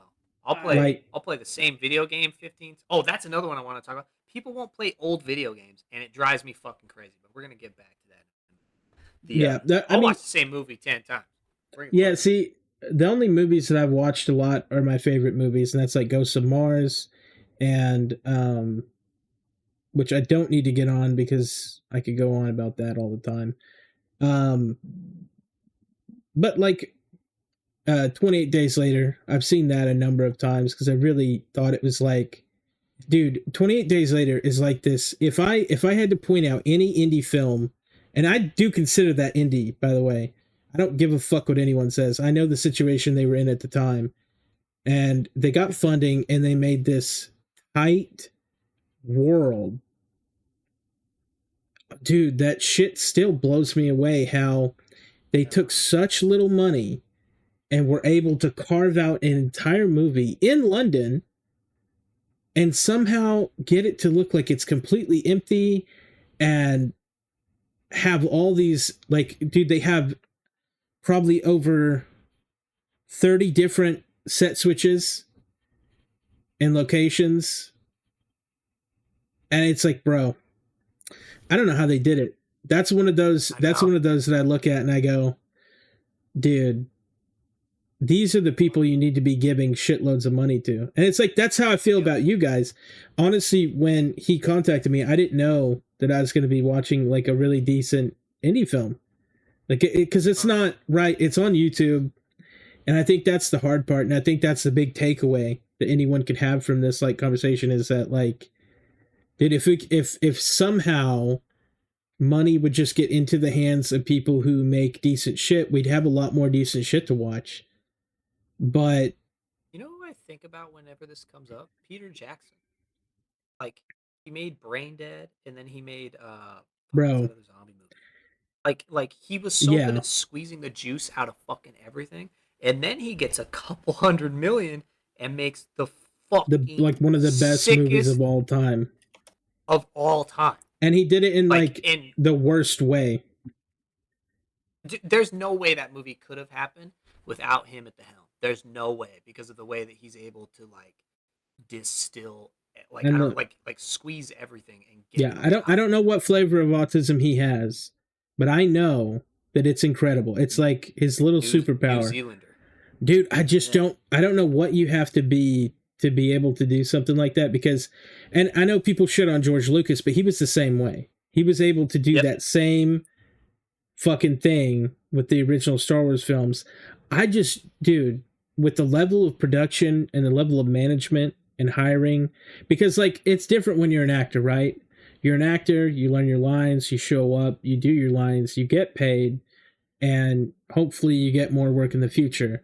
But with like the main dudes, like, and you guys know this, you're managing everyone. It's not like there's just, you're taking care of you. You're taking care of fucking everything, bro. And it could be as down to the smallest, like you said, water, up to the like, hey, this shot came out like shit. We're gonna have to redo everything. And you know, these guys are shooting on location, and it's like, I think when someone goes and see these, like they see these movies, I think the average audience doesn't have a real full appreciation of how fucking wild some of the shit that we're seeing actually is. Like, they appreciate the film, it's a good movie, but they don't think anything beyond that. And to me, it just, that's so fucking wild, man. Like, oh, I mean, that's what that person, the person I'm dating right now, right? Like, she wasn't super into movies, and oddly enough, we were watching fucking Harry Potter, and there's a part where, which I'd never actually sat through them all, and the last 4 of them are fucking bangers. Right. Okay, they're some of the sickest movies ever. I was like, whoa, because the he first kept one, getting like, more money, and the films got better. That's crazy. Dude, now Fonzo made one of them. I was like, what? So yeah, and there's a part where the wand maker guy, right? He's sitting in this chair, and there's like this fucking. They put a halo light over him. They put a rim light behind him. His like hair's all highlighted, and then he's reflected in the mirror. And then like they bounce the light off the side of his face, and I was like, holy fuck, look at that shot. And we paused it, and we were like looking at it, and we were like, holy fuck, you know. And she said that she's like, I don't really like pay attention to this shit, and it's sick. You're like showing me this stuff. Dude, and I thought that shit happens in so game nice. dev. We'll have right. Yes. I'm saying we have people who do environment art, and since I was like project lead on some of the stuff, it's like you have to sit down there and, you know, we'll hire like a hippie chick or something like that, and they'll be like, I just like to paint with colors, you know, and they'll sit there for like 2 hours on something that is just like a bench with like the little roses next to it, and the user can come over and press E and sit down on the bench, and there's going to be a little bird that flies around every now and then. And I'm just like, just so you know, and I have to break it to him, I love doing this part, I'm a sick individual. I'm like, just so you know, out of 1,000 people, maybe 1 dude will even notice this for like 10 seconds. Like, some people really don't understand that, like, especially like different game. I think if you're going for like we talked about before, Red Dead Redemption, people will notice more because it's like part of that thing. But when you're talking about a mobile game, bro, these people are walking right by that shit. They don't care about none of this. And I think that's, you know, it's like, you as a filmmaker, you having to put that into what you do. It's like, does it ever feel weird for you? Does it ever feel weird that you like know that no one gives a shit about it? Because they don't. They'll say they do. No.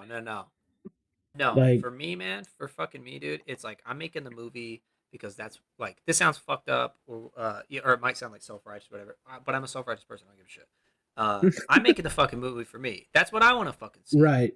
Or if I notice those details in a movie, like again, right? If I'm playing Red Dead and I notice a cat scratch a fucking telephone pole, and then I look and there's fucking scratch marks on it, that one little tiny detail just blew the whole, like, it's a whole world. I can go play poker. Right. I could shoot a guy in the head. He's gonna drop his hat. But those cat scratches, like, sealed the deal. They do something. Jason, like, one reason it was really nice working with Jason to edit was like, he is fucking obsessed with this shit. In fact, we kind of got in a little bit of a tiff when I was down in Texas, because like, he started googling like acoustics, like how brick, like because when they're shooting in Lucky Slice, how fucking brick bounces sound versus like metal. But And I'm like sitting that's there, it's like super important. it's like 2 in the morning. I'm like, yo, what the fuck? Are you kidding me right now? And then in retrospect, I'm like, no. Let the guy cook. Let the guy fuck cook. Let's go. Right? Like if that's what he wants to Yeah. fucking do right now, do it. Because like because letting him run that shit is how we got that thing that you're talking about where you're like, oh, okay, so I was expecting this much money. Yeah. I was expecting the budget to be about that much because yeah, dude, the fucking guy, like it's kind of like any like the times where people would be like, who cares? Nobody's gonna notice. Me and Jason are like, well, we're gonna fucking notice. Right. And then I'm like, well, Jason's gonna fucking notice for sure, and it's gonna drive him insane. So just let the man fucking run. Yeah. Even during editing, we had a few people be like, "You guys need to trim like 10 or 15 minutes off this." No. It's like, no.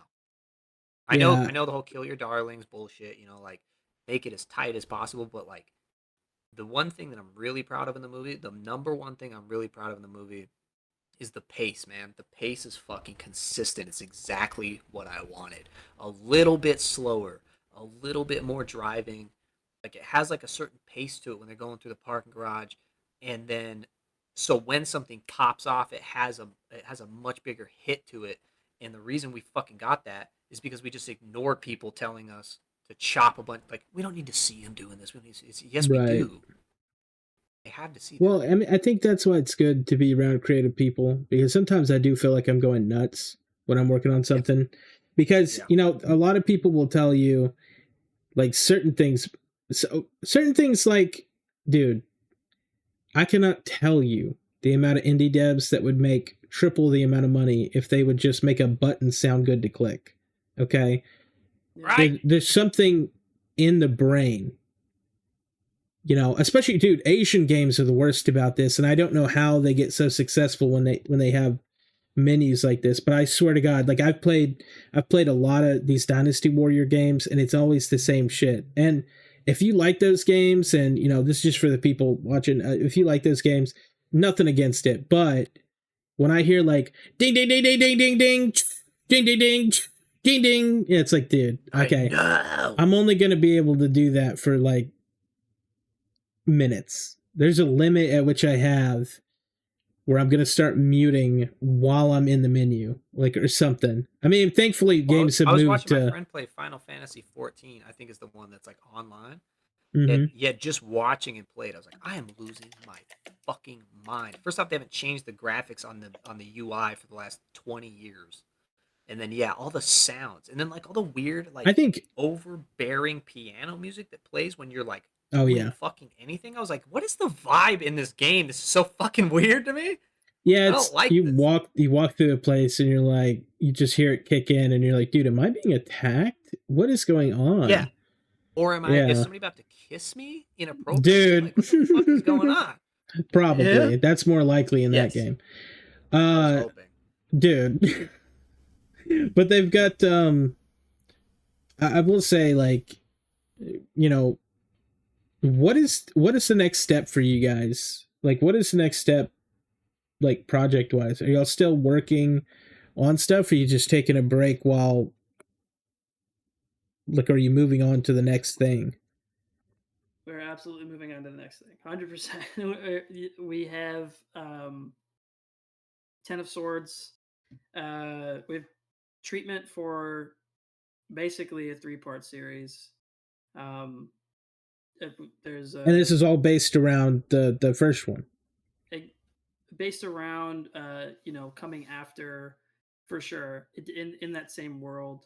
I don't want to misrepresent the idea, but for the time being, our next current goal is a 10 of Swords vignette series that dives into the characters right. of the first film, so we get a little bit more information. It's not necessary to watch to understand the second film. Like, you don't need it, but if you enjoy the second film, when it comes out, and then you find these, you'll say, "Oh my gosh, I'm glad I'm getting more context to these Right, because I would argue the one shots that Marvel did were more popular than the movies, almost. Like, dude. Okay, I was gonna say, we were just talking about Blade Runner. I don't know why I said it like that, Blade Runner 2049. But they also had their own their own little like short side, like short films I mean, on the shit, they had side. their own comics, they had their own graphic. I mean, Oh yeah, they did the tie-in comics. Yeah, I mean, so, it seems like that if you guys do that, because you have the channel that's based around that one thing, and I think that even the critique I post, maybe y'all can watch that and then turn that into a content that you can post. You could like react to the critique and post it, because I mean, you have the one channel and it's really dedicated to one idea, and that's why I was kind of wondering what's the next step. Because I mean, personally, dude, if I had contacts, I'd put them in front of him and I'd say, like, give these guys money to make like a longer, like, I want to see a full, because the movie is like a mini movie. It's like a mini movie. It didn't feel like because I want to, part of me wants to call it a short, like, but it's not. Like, it is a full idea, just squished. And that's why, like, this next one, it's gonna be longer, it's gonna be like a more upscaled version, or is it gonna be try to be the same idea? I mean, that would be amazing, right? If we I mean, I swear to God, if my second movie could be a feature, that'd be insane. But right now, as it's being written, it's another about 35-minute flick. And that's why we're doing the vignettes, right? Is to be able to squeeze all that shit in, because it's kind of like, if you look, like, the structure in my brain is, you've seen Michael Mann's Heat, right? Have you seen Heat? Yeah. Okay. Like, you know how it's like, it starts with that mean ass heist. And then it goes into, like, the detective and his wife making out, and then all of a sudden they're having marriage troubles, and like it shows kind of everybody's little personal life, and then it cuts back to them setting up the second job. So it's kind of like that. If somebody's like, "You're ripping off Heat," I'd be like, "Thank you." And so yeah, like, so that's our way. That's my way, or our way to pull this off, is to kind of like make those vignettes, make them kind of self-contained, again, like more just mini movies, kind of showing, or at least snapshots of what the fuck's happening in these people's lives right before the second job. And then the second job is just this is the operation going off. So if I could fucking squeeze in that intro, like those dudes' lives, and then kick into the second, and then have the second movie and like pull a feature, for sure. But good God, making movies. Well, yeah, because I mean, you are in Utah, and I don't know what investment opportunities, like, I've never been real knowledgeable on the investment side of movies, because if I was an investor, it would be very hard to justify putting 50 grand down on an indie film as an investment, in my mind. Like, when you could just put it into 50 grand down on a fucking laundromat. I mean, just take your pick. Any kind of like self-service, like, you could just put it into that and say, fuck it. Yeah. So it's like, I'm not too clear on the investment side of it. I just know that people get weird. They get really lucky. They get weird. Like, as long as you guys get out there in front of somebody who's willing to put down some money, then you'd be able to get. And I think that's what it is for you guys, honestly. And I'm not just sucking your dicks or anything. I think given the right amount of money and the right amount of experience, you could turn that into like a full thing. And you wouldn't have to hold back, because in this film, it does feel like you're held back only due to constraints of like what the actors could, because these aren't stunt people. These are just normal dudes. You're held back by the funding and like what realistically and cash opens doors. So it's like you were able to shoot in that parking garage because you either got permission or something like that. But cash opens doors. You could rent out a hotel room and film in there, and with money, there's different levels of like scenes that you could pull off, where you wouldn't have access to without it. So that's kind of where I was getting with it, is like, because I know you said you haven't looked into the Amazon thing, because that's just like pay-per-view, and I realize it's short, but it meets the requirements, I believe. I mean, just to touch on that, the original thought of just having it on YouTube is so that everybody who worked on it would be able to show anybody who, like, they could without any restriction, right, as basically a business card for themselves. I think it's a pretty badass business card to be able to show.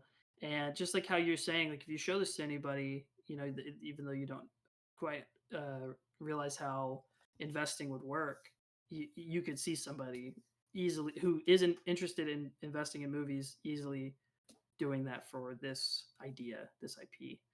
And thank you for saying that, by the way. We put a lot of work into this. We put a lot of work into this, and we're raising money for the vignette series right now. I'm trying to do it in a really unobtrusive way, and just like letting it come and not really being annoying about it. So it's going through a GoFundMe right now that's just going to stay up until we get some money for ourselves, and we'll just supplement with that, basically. Well, do you guys feel like you're pressed for time with the actors, or are these people going to be around for a while? Oh, what do you mean? Well, so you're talking about expanding on the universe, and if you're continuing with the same people, because obviously there are people left alive after the initial movie. I was just wondering, is a lot of people, they have problems with time constraints. So maybe a year from now, these guys aren't around to do the film. But if it was 3 months from now, they would have been.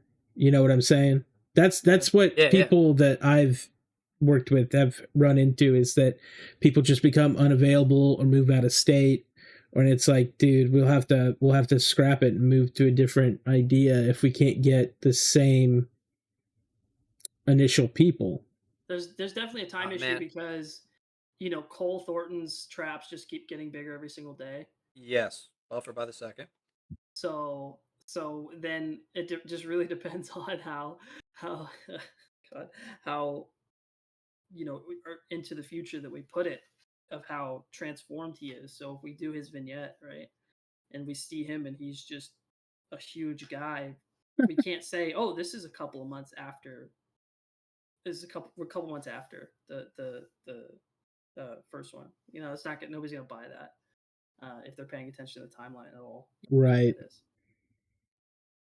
Yeah, and that's like, no, I mean, I think that's a good question too, though. But like, again, right? I don't give a fuck if they're like, hey, I'm busy this time or whatever. Like, right. They came in and just like pushed as hard as they could. So it's like Dana, the wife that plays in the movie. She is such a fucking good actress, dude, that like I'm probably going to write a whole vignette for her and start involving. Yeah, I was saying she was decent, and she didn't, to me at least, she didn't get like a lot of screen time, but and I don't want to spoil anything for people who haven't seen it, because I did not include like in my critique, I only included maybe like 20% of the whole film and just talked about very specific scenes. I feel like even at the end, which wink wink, how everything turned out, it's like, man, seeing her in a more devious role would be like kind of interesting. Would be sick, right? Mm-hmm. Like because I mean, she brought it so hard on that first scene. Her and Jared Palmer, the main kind of bad guy. I want to say, like, I don't know. Yeah. I talked about him. Dude, he just won an award. Like he's just good, dude. He's just good. It's very intense. Like he's very like I feel like there are some people who are nervous, and you can tell. Like me with talking. If someone were to watch me, I clearly have no problem just like coming on, spitting something, going, whatever. There's no issue. But if you've ever like really talked to somebody who's clearly uncomfortable, it's like their brain shuts down when they're on camera. Even if they're like really good off of camera, once they're on camera, I'm gonna say some thing. mean shit about the guy. I'm gonna say some mean shit about him because I don't care, dude. So off camera, kind of a pain in the ass. Like he's just like an eccentric dude, right? It's like me. Like I just interrupted the hell out of you. No, that's fine. I'm a rude person. Same way with Jared, right? Like Jared was like almost hard to wrangle. And then all of a sudden you'd put him in front of the camera and it was like it was just fireworks, dude. Him and Dana, that fight in front of the couch, we only shot it 3 times. There was the one time she didn't rip his mask off. And then the other 2 times we were like, well, we got that. Like, fuck, that was perfect. And also, you know, when he grabs her on the couch and that plate breaks? Right. That was an accident. We trashed his house for that shit. Yeah. Like it was like we all went, and then we were like cut. And we're like, that's the one. You can see it like explode in the background. It's one of the sickest shots for me. Yeah, that's the funny thing is in that scene. I will say the only thing that I found in there that was like a visual thing that I was like, I caught one, is you can see the door opening before the Russian part, and I don't know if that's intentional, but it's like usually they don't show that. You know what I mean? Like they don't show like the door, like doing the thing. And that's like, if you look, it's like right when she looks away, the door cracks, like, and like you see them coming somebody in. Somebody said that too. They're like, somebody was like, did somebody walk into the door? It's funny because people put indie movies in a weird thing where they're almost looking for the mistakes more often than like a feature film. Well, that's what I did. But you know what's funny is, because you'll see the critique. I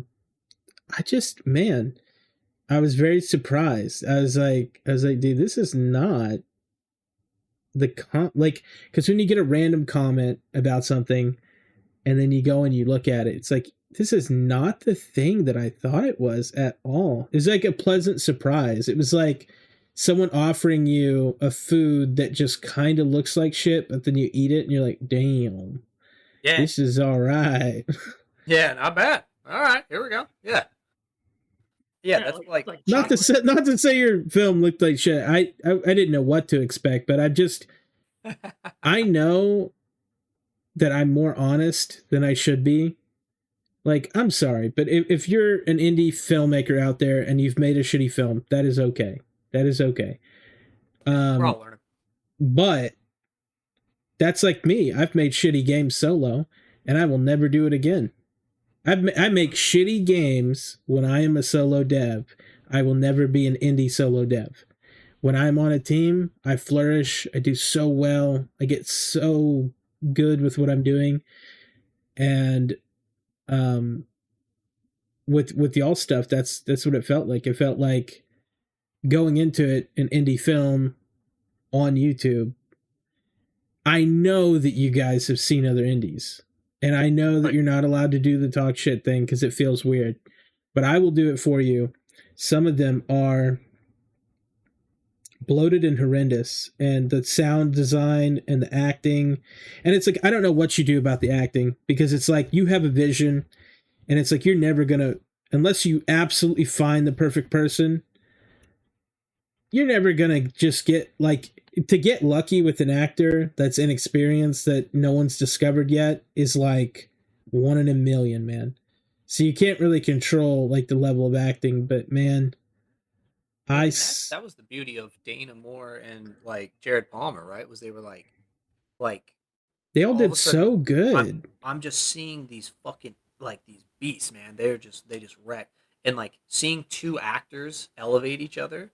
Yeah, was really like, I was like, whoa, like here we go. Like, you guys got lucky with that, because usually it is like the stammering, like, okay, like I guess shoot it again, like I don't know what to do here, like they're not comfortable on camera, like and we're talking, we're not even, I'm not even talking about like indie films. I'm talking about these 100 grand, 200 grand like B actors that have been in 50 films will still fucking act like this, dude.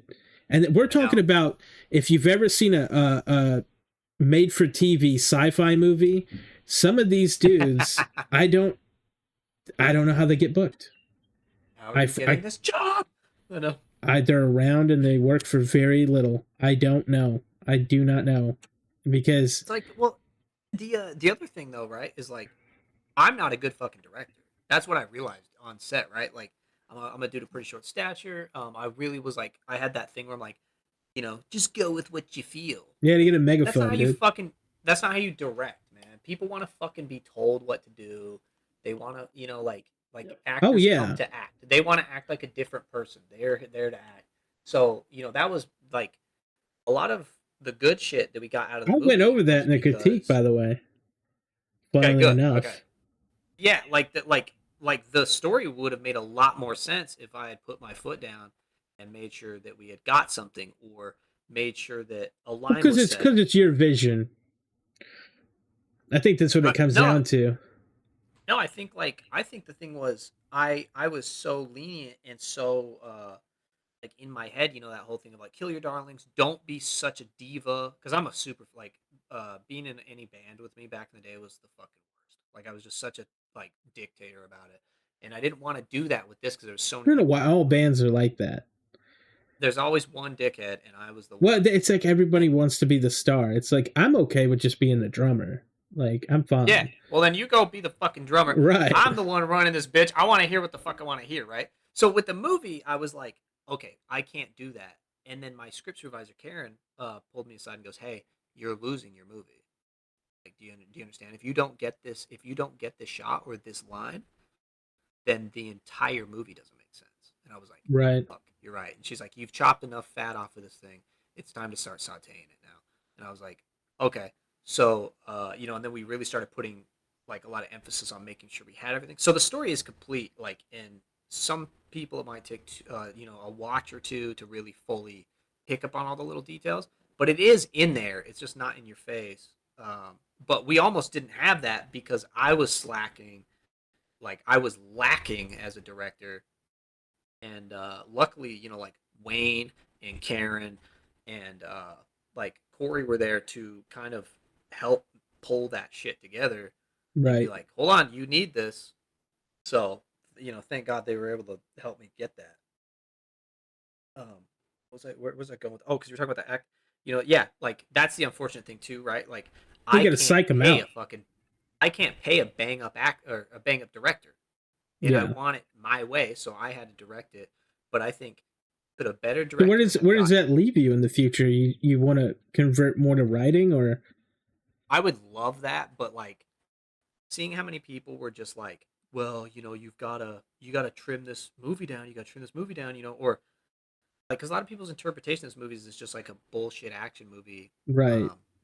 And I'm scared that somebody will take it in that direction. So yeah, I didn't feel like it was. I didn't feel like the intention of it was to be that, though. When I was watching it, that's the only reason why I even set up this interview, is because I was like, man, I gotta talk to these fucking guys. I was like, well, I mean, what Courtney's getting at is that if it was in the hands of maybe some other people or someone else that we put in charge, they would have taken it that direction. Yeah, it could have been that. It was probably 5 minutes of trimming shit off of it from being that, right? Mm-hmm. And I just hope that you guys either find an investor, because who knows, that might add a lot of stress to the mix, but I hope that you guys find a way to fund more, because in the future, dude, it's just like, I feel like I don't think all of it was luck. Like, I'm not saying that at all, but I feel like you'll have the right fucking mixture to make good movies. And, you know, like you were saying, dude, it just, like, movies don't feel good no more. The horror genre has been bombed out. and rated for everything it's worth. Action movies have been turned into buddy comedies. Like, they're not even action movies anymore. Marvel is just watching citizens die and giggling about it now. And it's like, dude, there's a whole bus full of people. Dude, seriously. Whole city's going to shit. And he's like, oh, that's pretty funny, Hulk. You know, it's like, stop it, bro. I mean, I'll put one that I just saw the other day. Infinity War, Thor comes in, sees Captain America, is like, haha, you copied my beard, while there's Wakandans just getting murdered by space aliens right behind them, and it's just getting just absolutely demolished and ripped apart. And it's like, are you serious? You're doing that right now? You can't say that maybe on your exit? Like, yeah, just dude, as a basic writing standpoint, you come in, you say, hey, what's the situation? Oh, we need this and that. And then he goes to fly off and says, I see you copied my beard. Instead of saying that, like, and taking a fucking minute to do it. We're just cutting it from the film because you're a dumb ass writer that had to put that, because these guys, they inject these little things into, because it's not, you know, obviously you wrote this alone, but like they have like a whole team. And some of these guys 16 people in there love to just inject their little moment. They have this little, that was funny, wasn't it, guys? Yeah, that's right, Mark. That's really funny. Yeah, it'd be funny if he said that. It's like, dude, it's not entertaining. I hate it. And I mean, man, I think a lot of people feel like that. I hate watching a movie where I can tell there was dissonance in the writing room, right? Right. Like I watch a lot of, like, you know, if you watch a lot of this, you know, there's like that, there was kind of that golden era of movies kind of in the late 70s with like Taxi Driver and like all this fucking really heavy shit. And one thing I really noticed, like, it was refreshing finding it when I was like, you know, kind of my late teens, like early 20s. Like, it was refreshing finding that, because there's all these movies that are like based on books and like all this fucking crazy good media, or, you know, some guy fucking based on good writing. I mean, that's essentially what you're. That's it. Yeah, and the movie didn't get fucking made without good writing, and like it, I don't know, like it feels cohesive. Like, yeah, if I'm watching a movie and all of a sudden there's just a fucking left field, like like, I will say, okay, so probably I'm gonna shit on it, but I don't fucking care. I don't care. Anybody can bite my ass. The new It movies, dude. Like, I was like, it's like they're getting chased by a fucking alien clown from space or some shit. And then they're just like, the kids are like cracking jokes right when it's like at the pinnacle of that scene being absolutely horrifying. It's like right. You have the audience, and you didn't really have that in the first one. No, yeah, the first one's actually pretty decent. It was very eerie. Like, it was very uncomfortable. It was very like kid getting his arm ripped off. Right. I was like, oh, okay, so this movie isn't fucking around. Okay, here we go. Right. And then, like, yeah, the second one was like, something scary happens, like, wow, sure it's dark in here. And then it's like, I was like, what the fuck is this? And well, I will say this. And what it felt like was a bunch of people all arguing on what the movie should be. That's what it felt like. And no, yeah, because especially, I felt like, I don't know if it was the kids or whatever. It just felt like, obviously the first movie killed it. And these new reboots were like, something was off with like how they handled the situations. It felt different. You know, they're not fully like taking into consideration. They're just like, I don't know, we'll bike over there and see what's in the tunnel. It's like, dude, no. Because like in the first one, they would have been like, I don't know about this. I think we should. It's like, nah, dude. Like, they don't have any of that. It's just like, let's just go down there and look. Like, bro. I always say this, like, the build up to something, especially horror, right? The build up to a scene is the most fucking important part.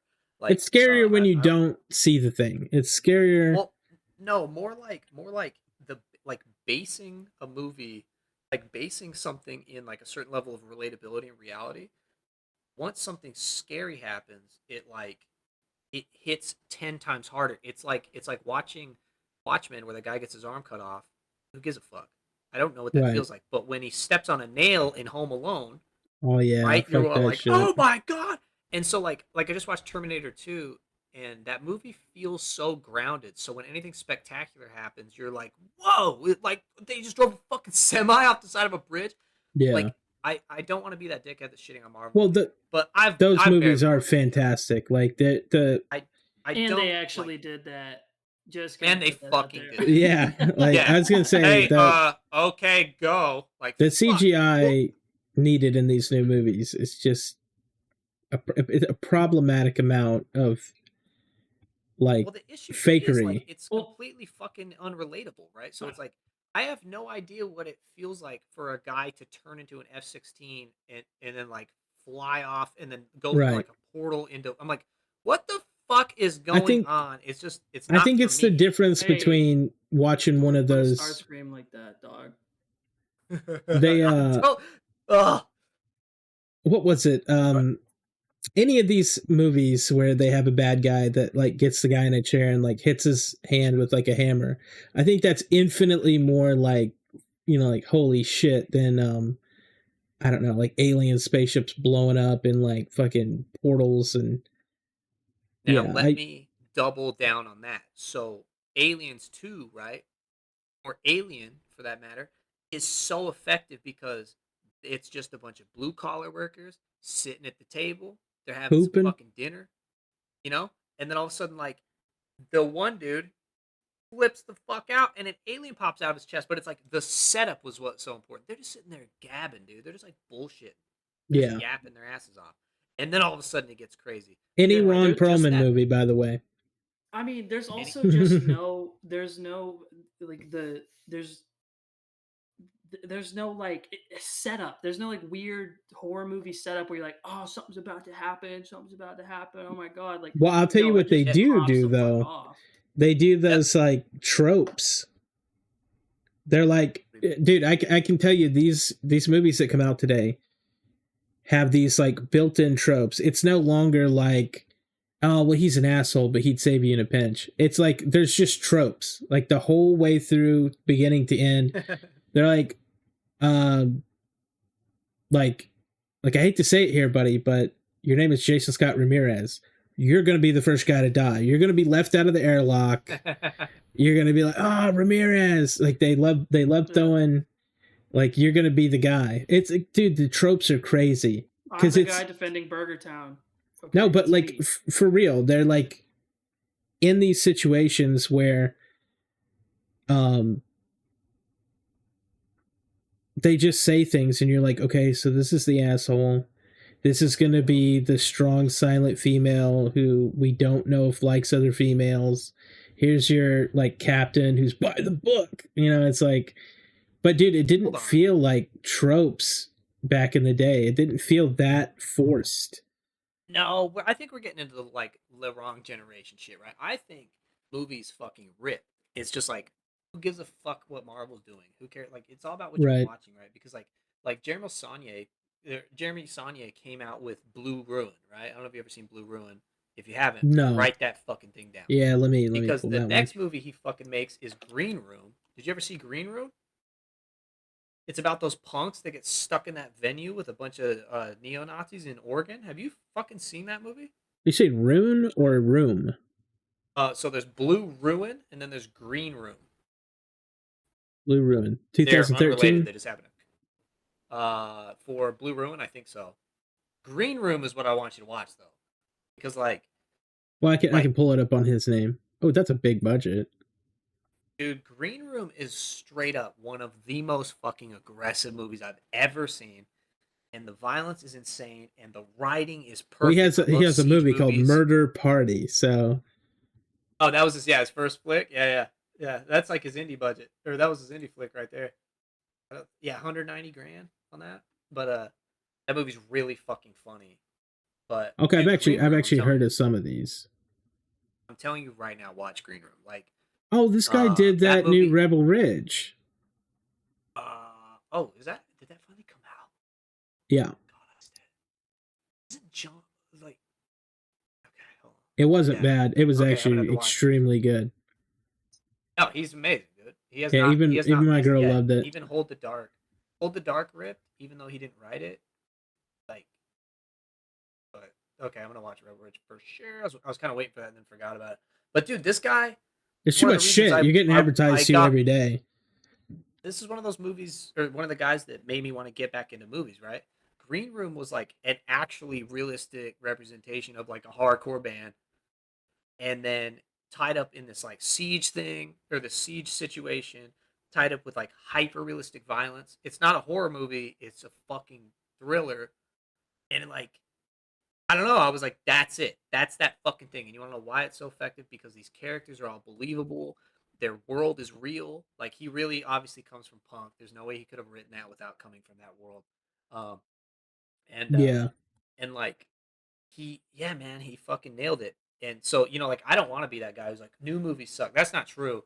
I think like any other medium right now, we're in like a huge renaissance of like, I think it's just the really percentage of it for me.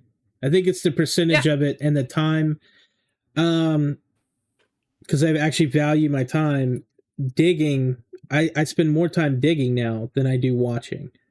And it's like literally digging through movie after movie after movie to find one good one that I can only watch for 2 hours. You know what I mean? And it's like, Jesus Christ, like somebody, there needs to be a better, and I think that's the direction I'm going to take my channel in. There needs to be a better way to not have to dig at all. Just let someone else do it for you. Let someone else recommend these things and find these things for you, because dude, it's nuts the amount of media, just raw media that's out there. And it's just like, look at y'all's film. Well, how are people, you know what I mean? Like, how, like, if more people knew, more people would watch it. But like, dude, how? It's so incredibly hard to fight through all the like noise. There's just bunches of movies that, especially if you scroll through these subscription services nowadays, that you could scroll through like 200 movies that are just clearly not even worth watching. And you could even scroll past something that is just marketed horribly and it's actually really good. Right. So like, that Cabin in the Woods. Easy. Dude, I don't know why people hate that movie.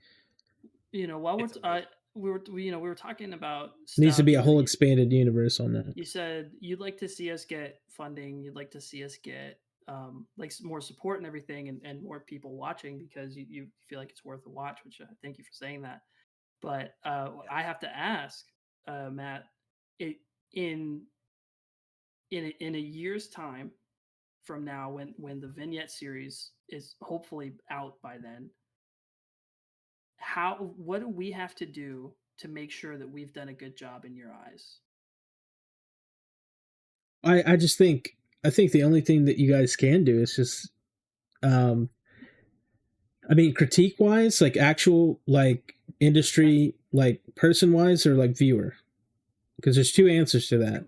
Let's go for both. We really want to. The thing about it is we really want. I mean, the thing is you could re-record lines in the studio and have everything done properly on that end. Because I know y'all said y'all were taking audio from set, but if you're taking audio from set, the cleaner way to do it is to pull everybody into a booth and have them re-record the lines and everything all be set to the same level of depth. Like if they're in a room, they're all going to sound like they're in that room. If they're, yelling down a hallway, it's going to sound like that. And you could take, like, especially your sound design even further. And I think that's one of y'all's strong suits, actually, is the sound design and the way that you've thought about, like, the environment around you. Like, just adding, like you're in a parking garage, just adding noise in the street level and things like that. Like, as far as, like, critique-wise, like, there's plenty of things that you could do. Adding color depth where needed, having, intentionally washing scenes out. It's like, because they do that, like a character passes, through the sun rays, and intentionally washing a scene out makes it, like, for some reason, just viewer, it just makes it better for the viewer and the experience that they have with it. And, I think in some ways, like you have like, especially a lot of those military movies, you get that color depth that you don't get in a lot of other movies. But there's like so much stuff y'all can do, but it's like time and money, right? It's like realistically, until you get somebody who believes in what you're doing, and I think all small directors have that opportunity to where they get a a big position. They finally get what they'll consider like their launching off point. And I think y'all, especially as a team, are good enough to get into that position very easily. If you, especially, dude, if you're going to pull it off multiple times and they can see these views and they can see that people are entertained by this, there is no reason in my mind that you couldn't hit for something. And as far as a viewer wise, having a more cohesive story, but you guys are already clearly working on that, like keeping things tighter and keeping,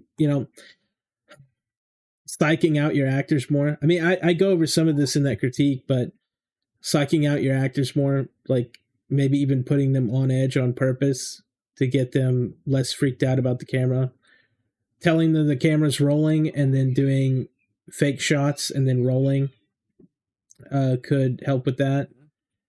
And, because it helped with, big name actors that we consider crazy good at acting. It's helped with them in the past, where you had Joaquin Phoenix in Gladiator talking about how the director literally tricked him into doing scenes and they were just terrible. And then by the time he said, hey, the camera wasn't rolling the whole time, he did a perfect scene. And I think psychologically, like what happens on some of these sets is like the director is just as green as the actors, and you ran into that problem. And I think the thing is, they're all people and they all want to do this thing really good.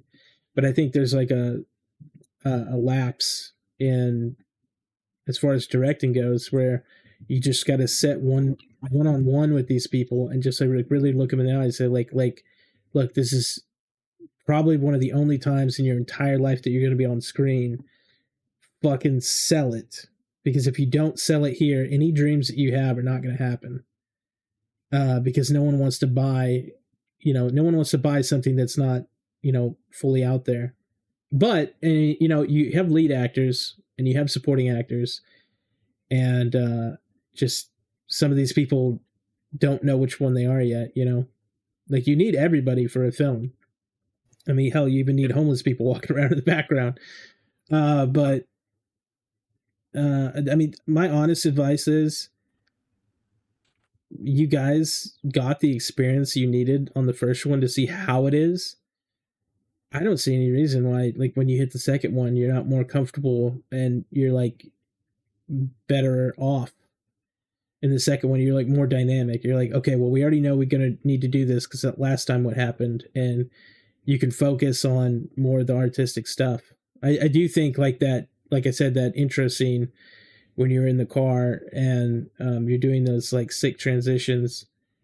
I think there's like a lot of people who don't realize like it's supposed to be entertaining the whole trip, not just, there's a lot of people who focus on like dialogue only, and you guys didn't do that. And it turned out fantastic, because we don't need the people to sit there and fucking like tell us everything that's going on.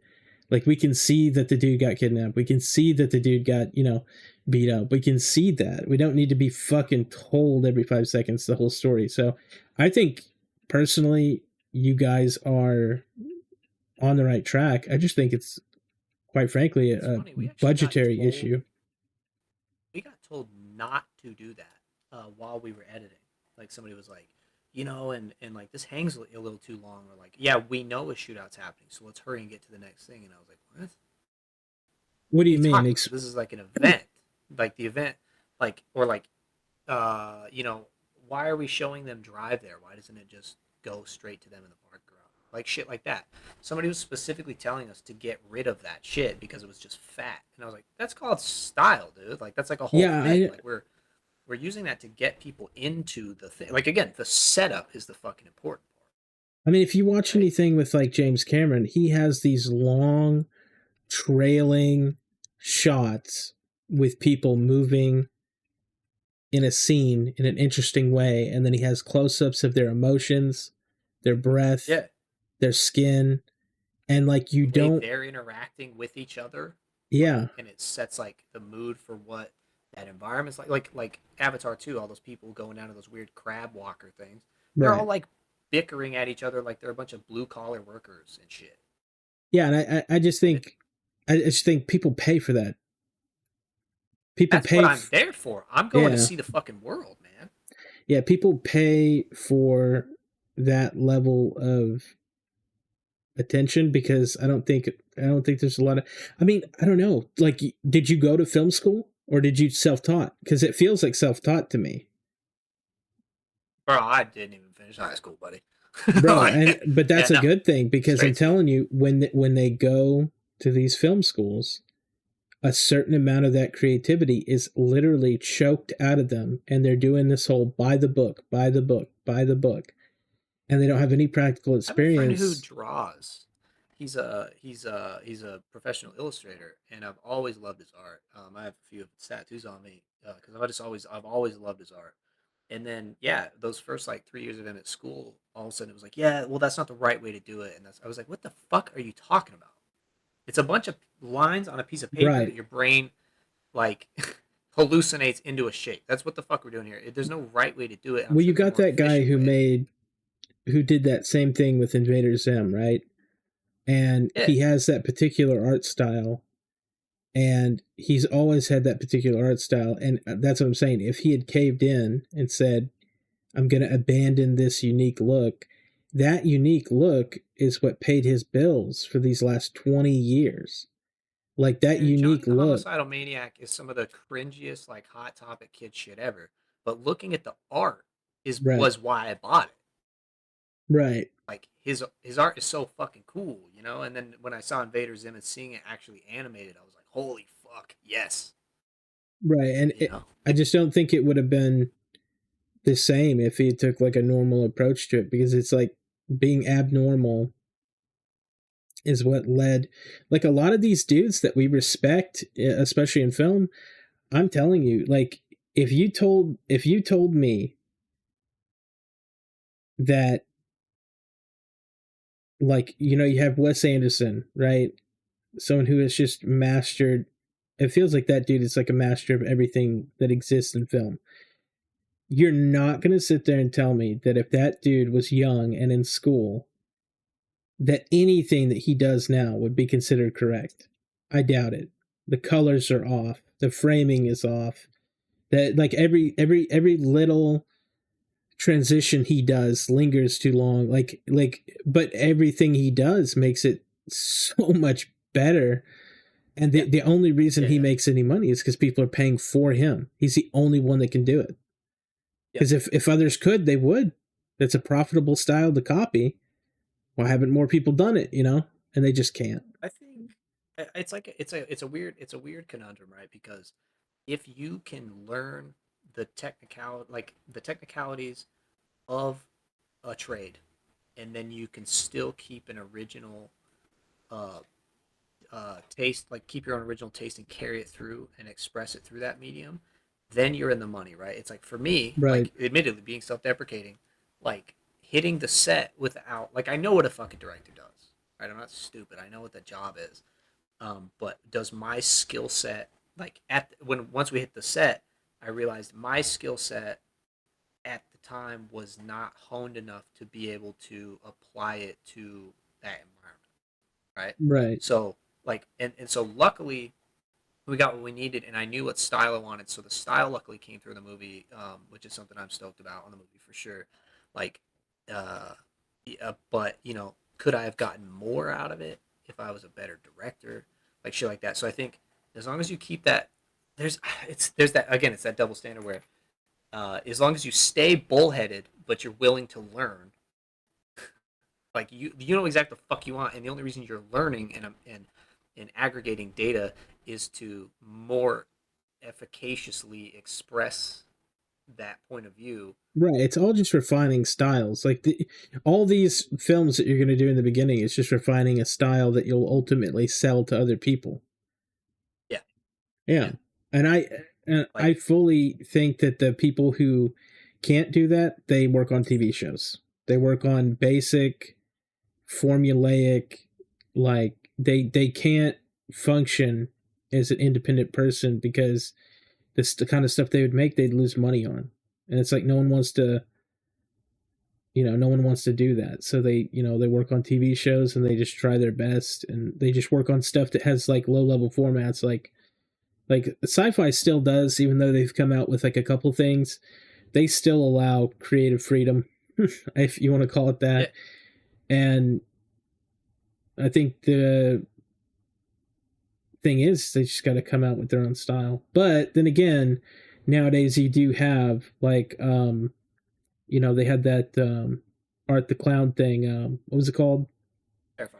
Terrifier. They had that come out, and it was like it should have did bad, right? Like especially the first ones, because the first ones he didn't start with the movie. He started with these web clips, and kind of the same route y'all are going on, and it should have did bad, but he just bent reality to what the image of what he wanted in his head. He just said, okay, well, let's do it in reality. I want it to look like it is in my head. And it paid off. Like I'm sorry, but there are plenty of fucking great way to put what he did. Like you just nailed that. Yeah. Well, like I mean, he made his own fucking version of reality in a weird way. Like with Fire 1 and 2, like it was like, and I don't know how to there's very few of them that do that though. Tangible. There's Saw. That's another reason I like Eggers. Right. Like, I love it. Yeah, he's like applying it's like almost looking at shit through their point of view. It's really fucking weird. Some directors are so fucking good at that. Which is funny. My idea is to fully just try to recreate reality as accurately as possible. Like, so, and that's, creatively. Well, there's room for all that. I like the challenge. Yeah, and there's room for all that because there's a fair number of people that do they only watch crime movies. They only watch mafia movies. They only watch like these set in time piece, like specific kind of like, especially this whole espionage thing is having a full swing back into, it went away for a while. Dude, it went away for a while. It was like James Bond used to be really popular, and Mission Impossible I get it that people are still going to see that, but it's not like it was though. It's not like it used to be. And it's having this full swing back up to where we have like Den of Thieves coming out now, too, and they're really in, and they had that TV show made by the independent studio that became really big, that Heist, that Money.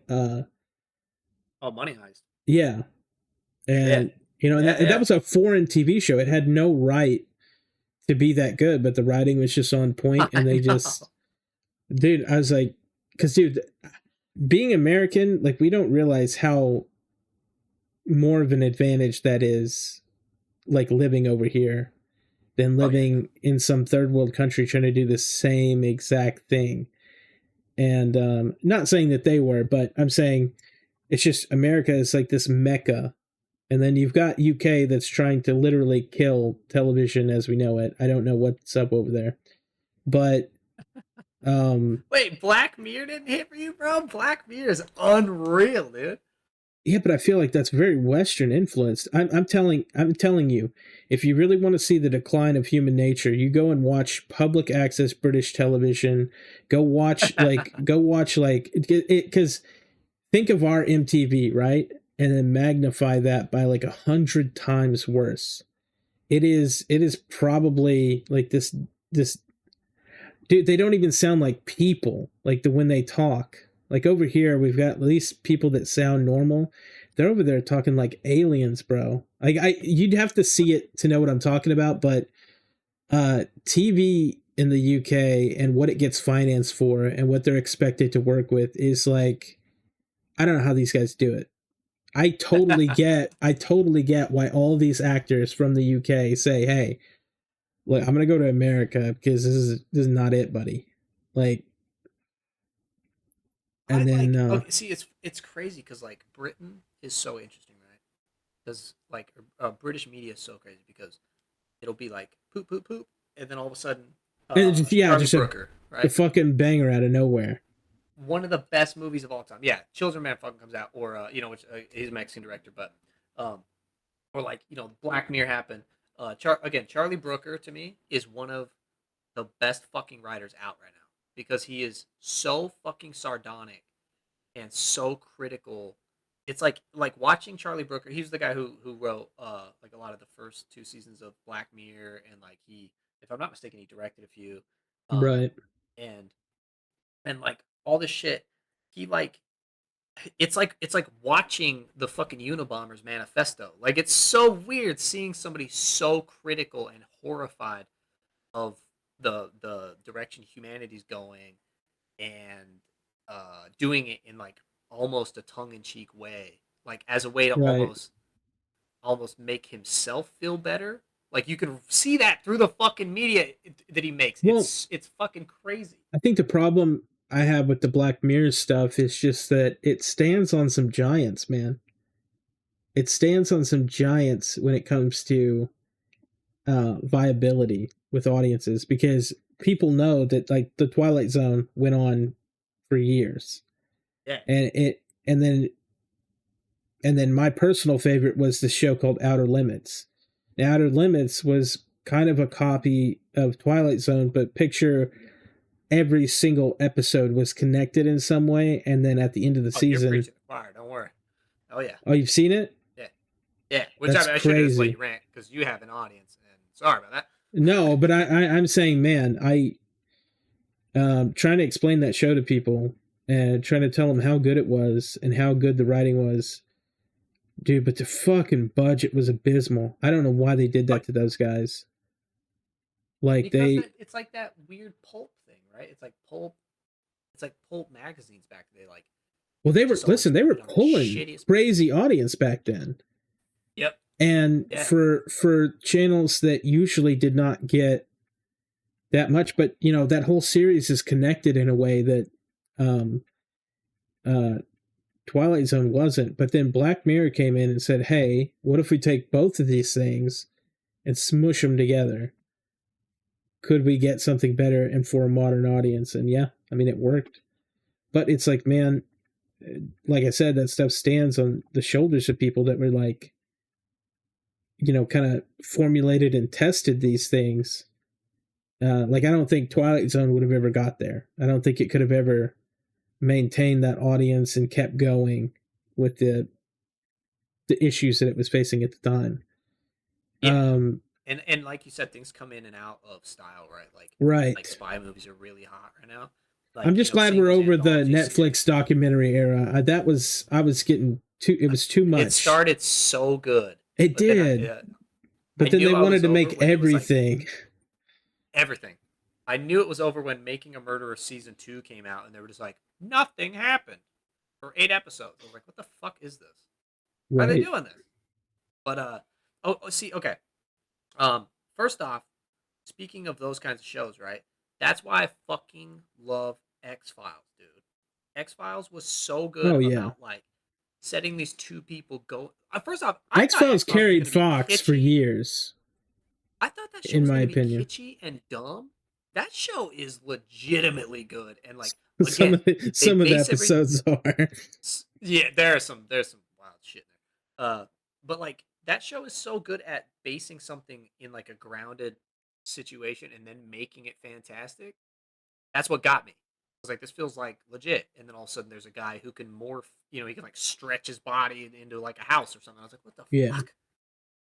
Yeah, God, X-Files is good. But yeah, well, I'm gonna try to go ahead and end this here, but I will tell you guys, like, it's been good. It's been good. We got a lot of like content out of this, and honestly, y'all talking. Sorry, Jason. Depending on who sees it, could really influence them into liking your work for years. You know, you never know who you're gonna reach out to. Like even with me talking about my stuff, making like honest videos, I've, you know, I mean, I don't know if you've seen the comments, but it was just amazing the reaction that I had. And I think with y'all's new thing coming up, hopefully this is going to be a good thing for it. What I'm going to do is I'm going to probably take this, since it was long enough to put by itself, I'm going to have an unedited version, and then I'm going to have the streamlined version with like the movie over top of it and the stuff that we're talking about edited with it. And we'll have two versions. But yeah, if there's anything that you guys want to tell people or close with, go ahead and hit them with it. I'll go first. Just real quick. Please do. Yeah. So we talked about how we're doing a vignette series. We are raising funds. The funds are specifically going to feed people, to transport. Oh yeah, people, give me that link, and I'll put it in the video.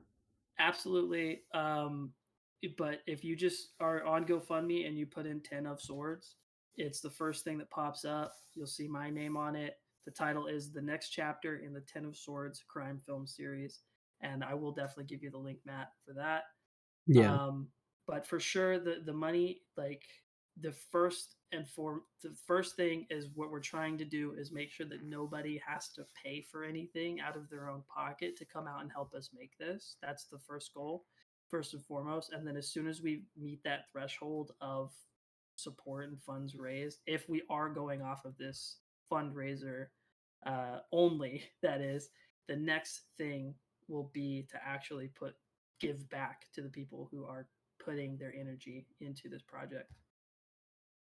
That's very well said. Thank you. Courtney. Yeah, do you want... I mean, I think we covered a lot. Yeah, how are you going to follow that up? Say it. You know, yeah, like if you really liked it, just keep an eye out. It'd be really nice. You know, like the sport we got was super awesome. And like, you know, it's always kind of rough kind of getting your shit out there with how critical everybody is nowadays, because being critical of something, people seem to think that shows some sign of intelligence. It was really nice. People just like cracking jokes in the comments, or like, this fucking ruled, all that kind of stuff. But the other thing, right, is like I said with the Jason thing, like I just hit him up and then we made a fucking movie. Right. What I keep hearing after making the movies, everybody's like, God, I wish I could do that. I always want to do that. Shut your fucking mouth and go do it. Just do it. Right. Just do it. Everything has a camera on it. Stop pointing to your goddamn face and go point it at something. Write something stupid down. Go have fun with your friends. It doesn't matter how old you are. You have time. That's the other thing, right? I don't have time. We'll stop watching fucking reels. You know, I don't want to go on like... Yeah, I will say this, though. With the right amount of money, I don't know if you guys saw that that fan-made Power Rangers shit where it was like adult. Did you guys ever see that? No. Checking this out right now. Dude. Wait, how am I going to Google that without getting porn? I don't know. Grown-up Power Ranger. No. Just fan, but it was gritty. It was really gritty. I figure if anyone's watching and they really want to support, they can support that GoFundMe. And that's kind of where I see you guys are at, is as long as you guys get the money, I don't really see any barriers to creating something really good. But I don't think people realize how much money it takes to make a good product. Like, it isn't just hopes and dreams. Like, unfortunately, we don't live in a free economy, and making something like this and making it good really does depend, like, for what you guys spent and for what other people spent. This is a good film for people to watch and support. So I think that's where I'd stand with it, is at the end of the day, if you guys have the ability to support it, you should, because we really do need more people out there making good shit, so we don't have to sit here and suffer in our normal lives. We actually have something to watch. Let us be your therapy. Thank you.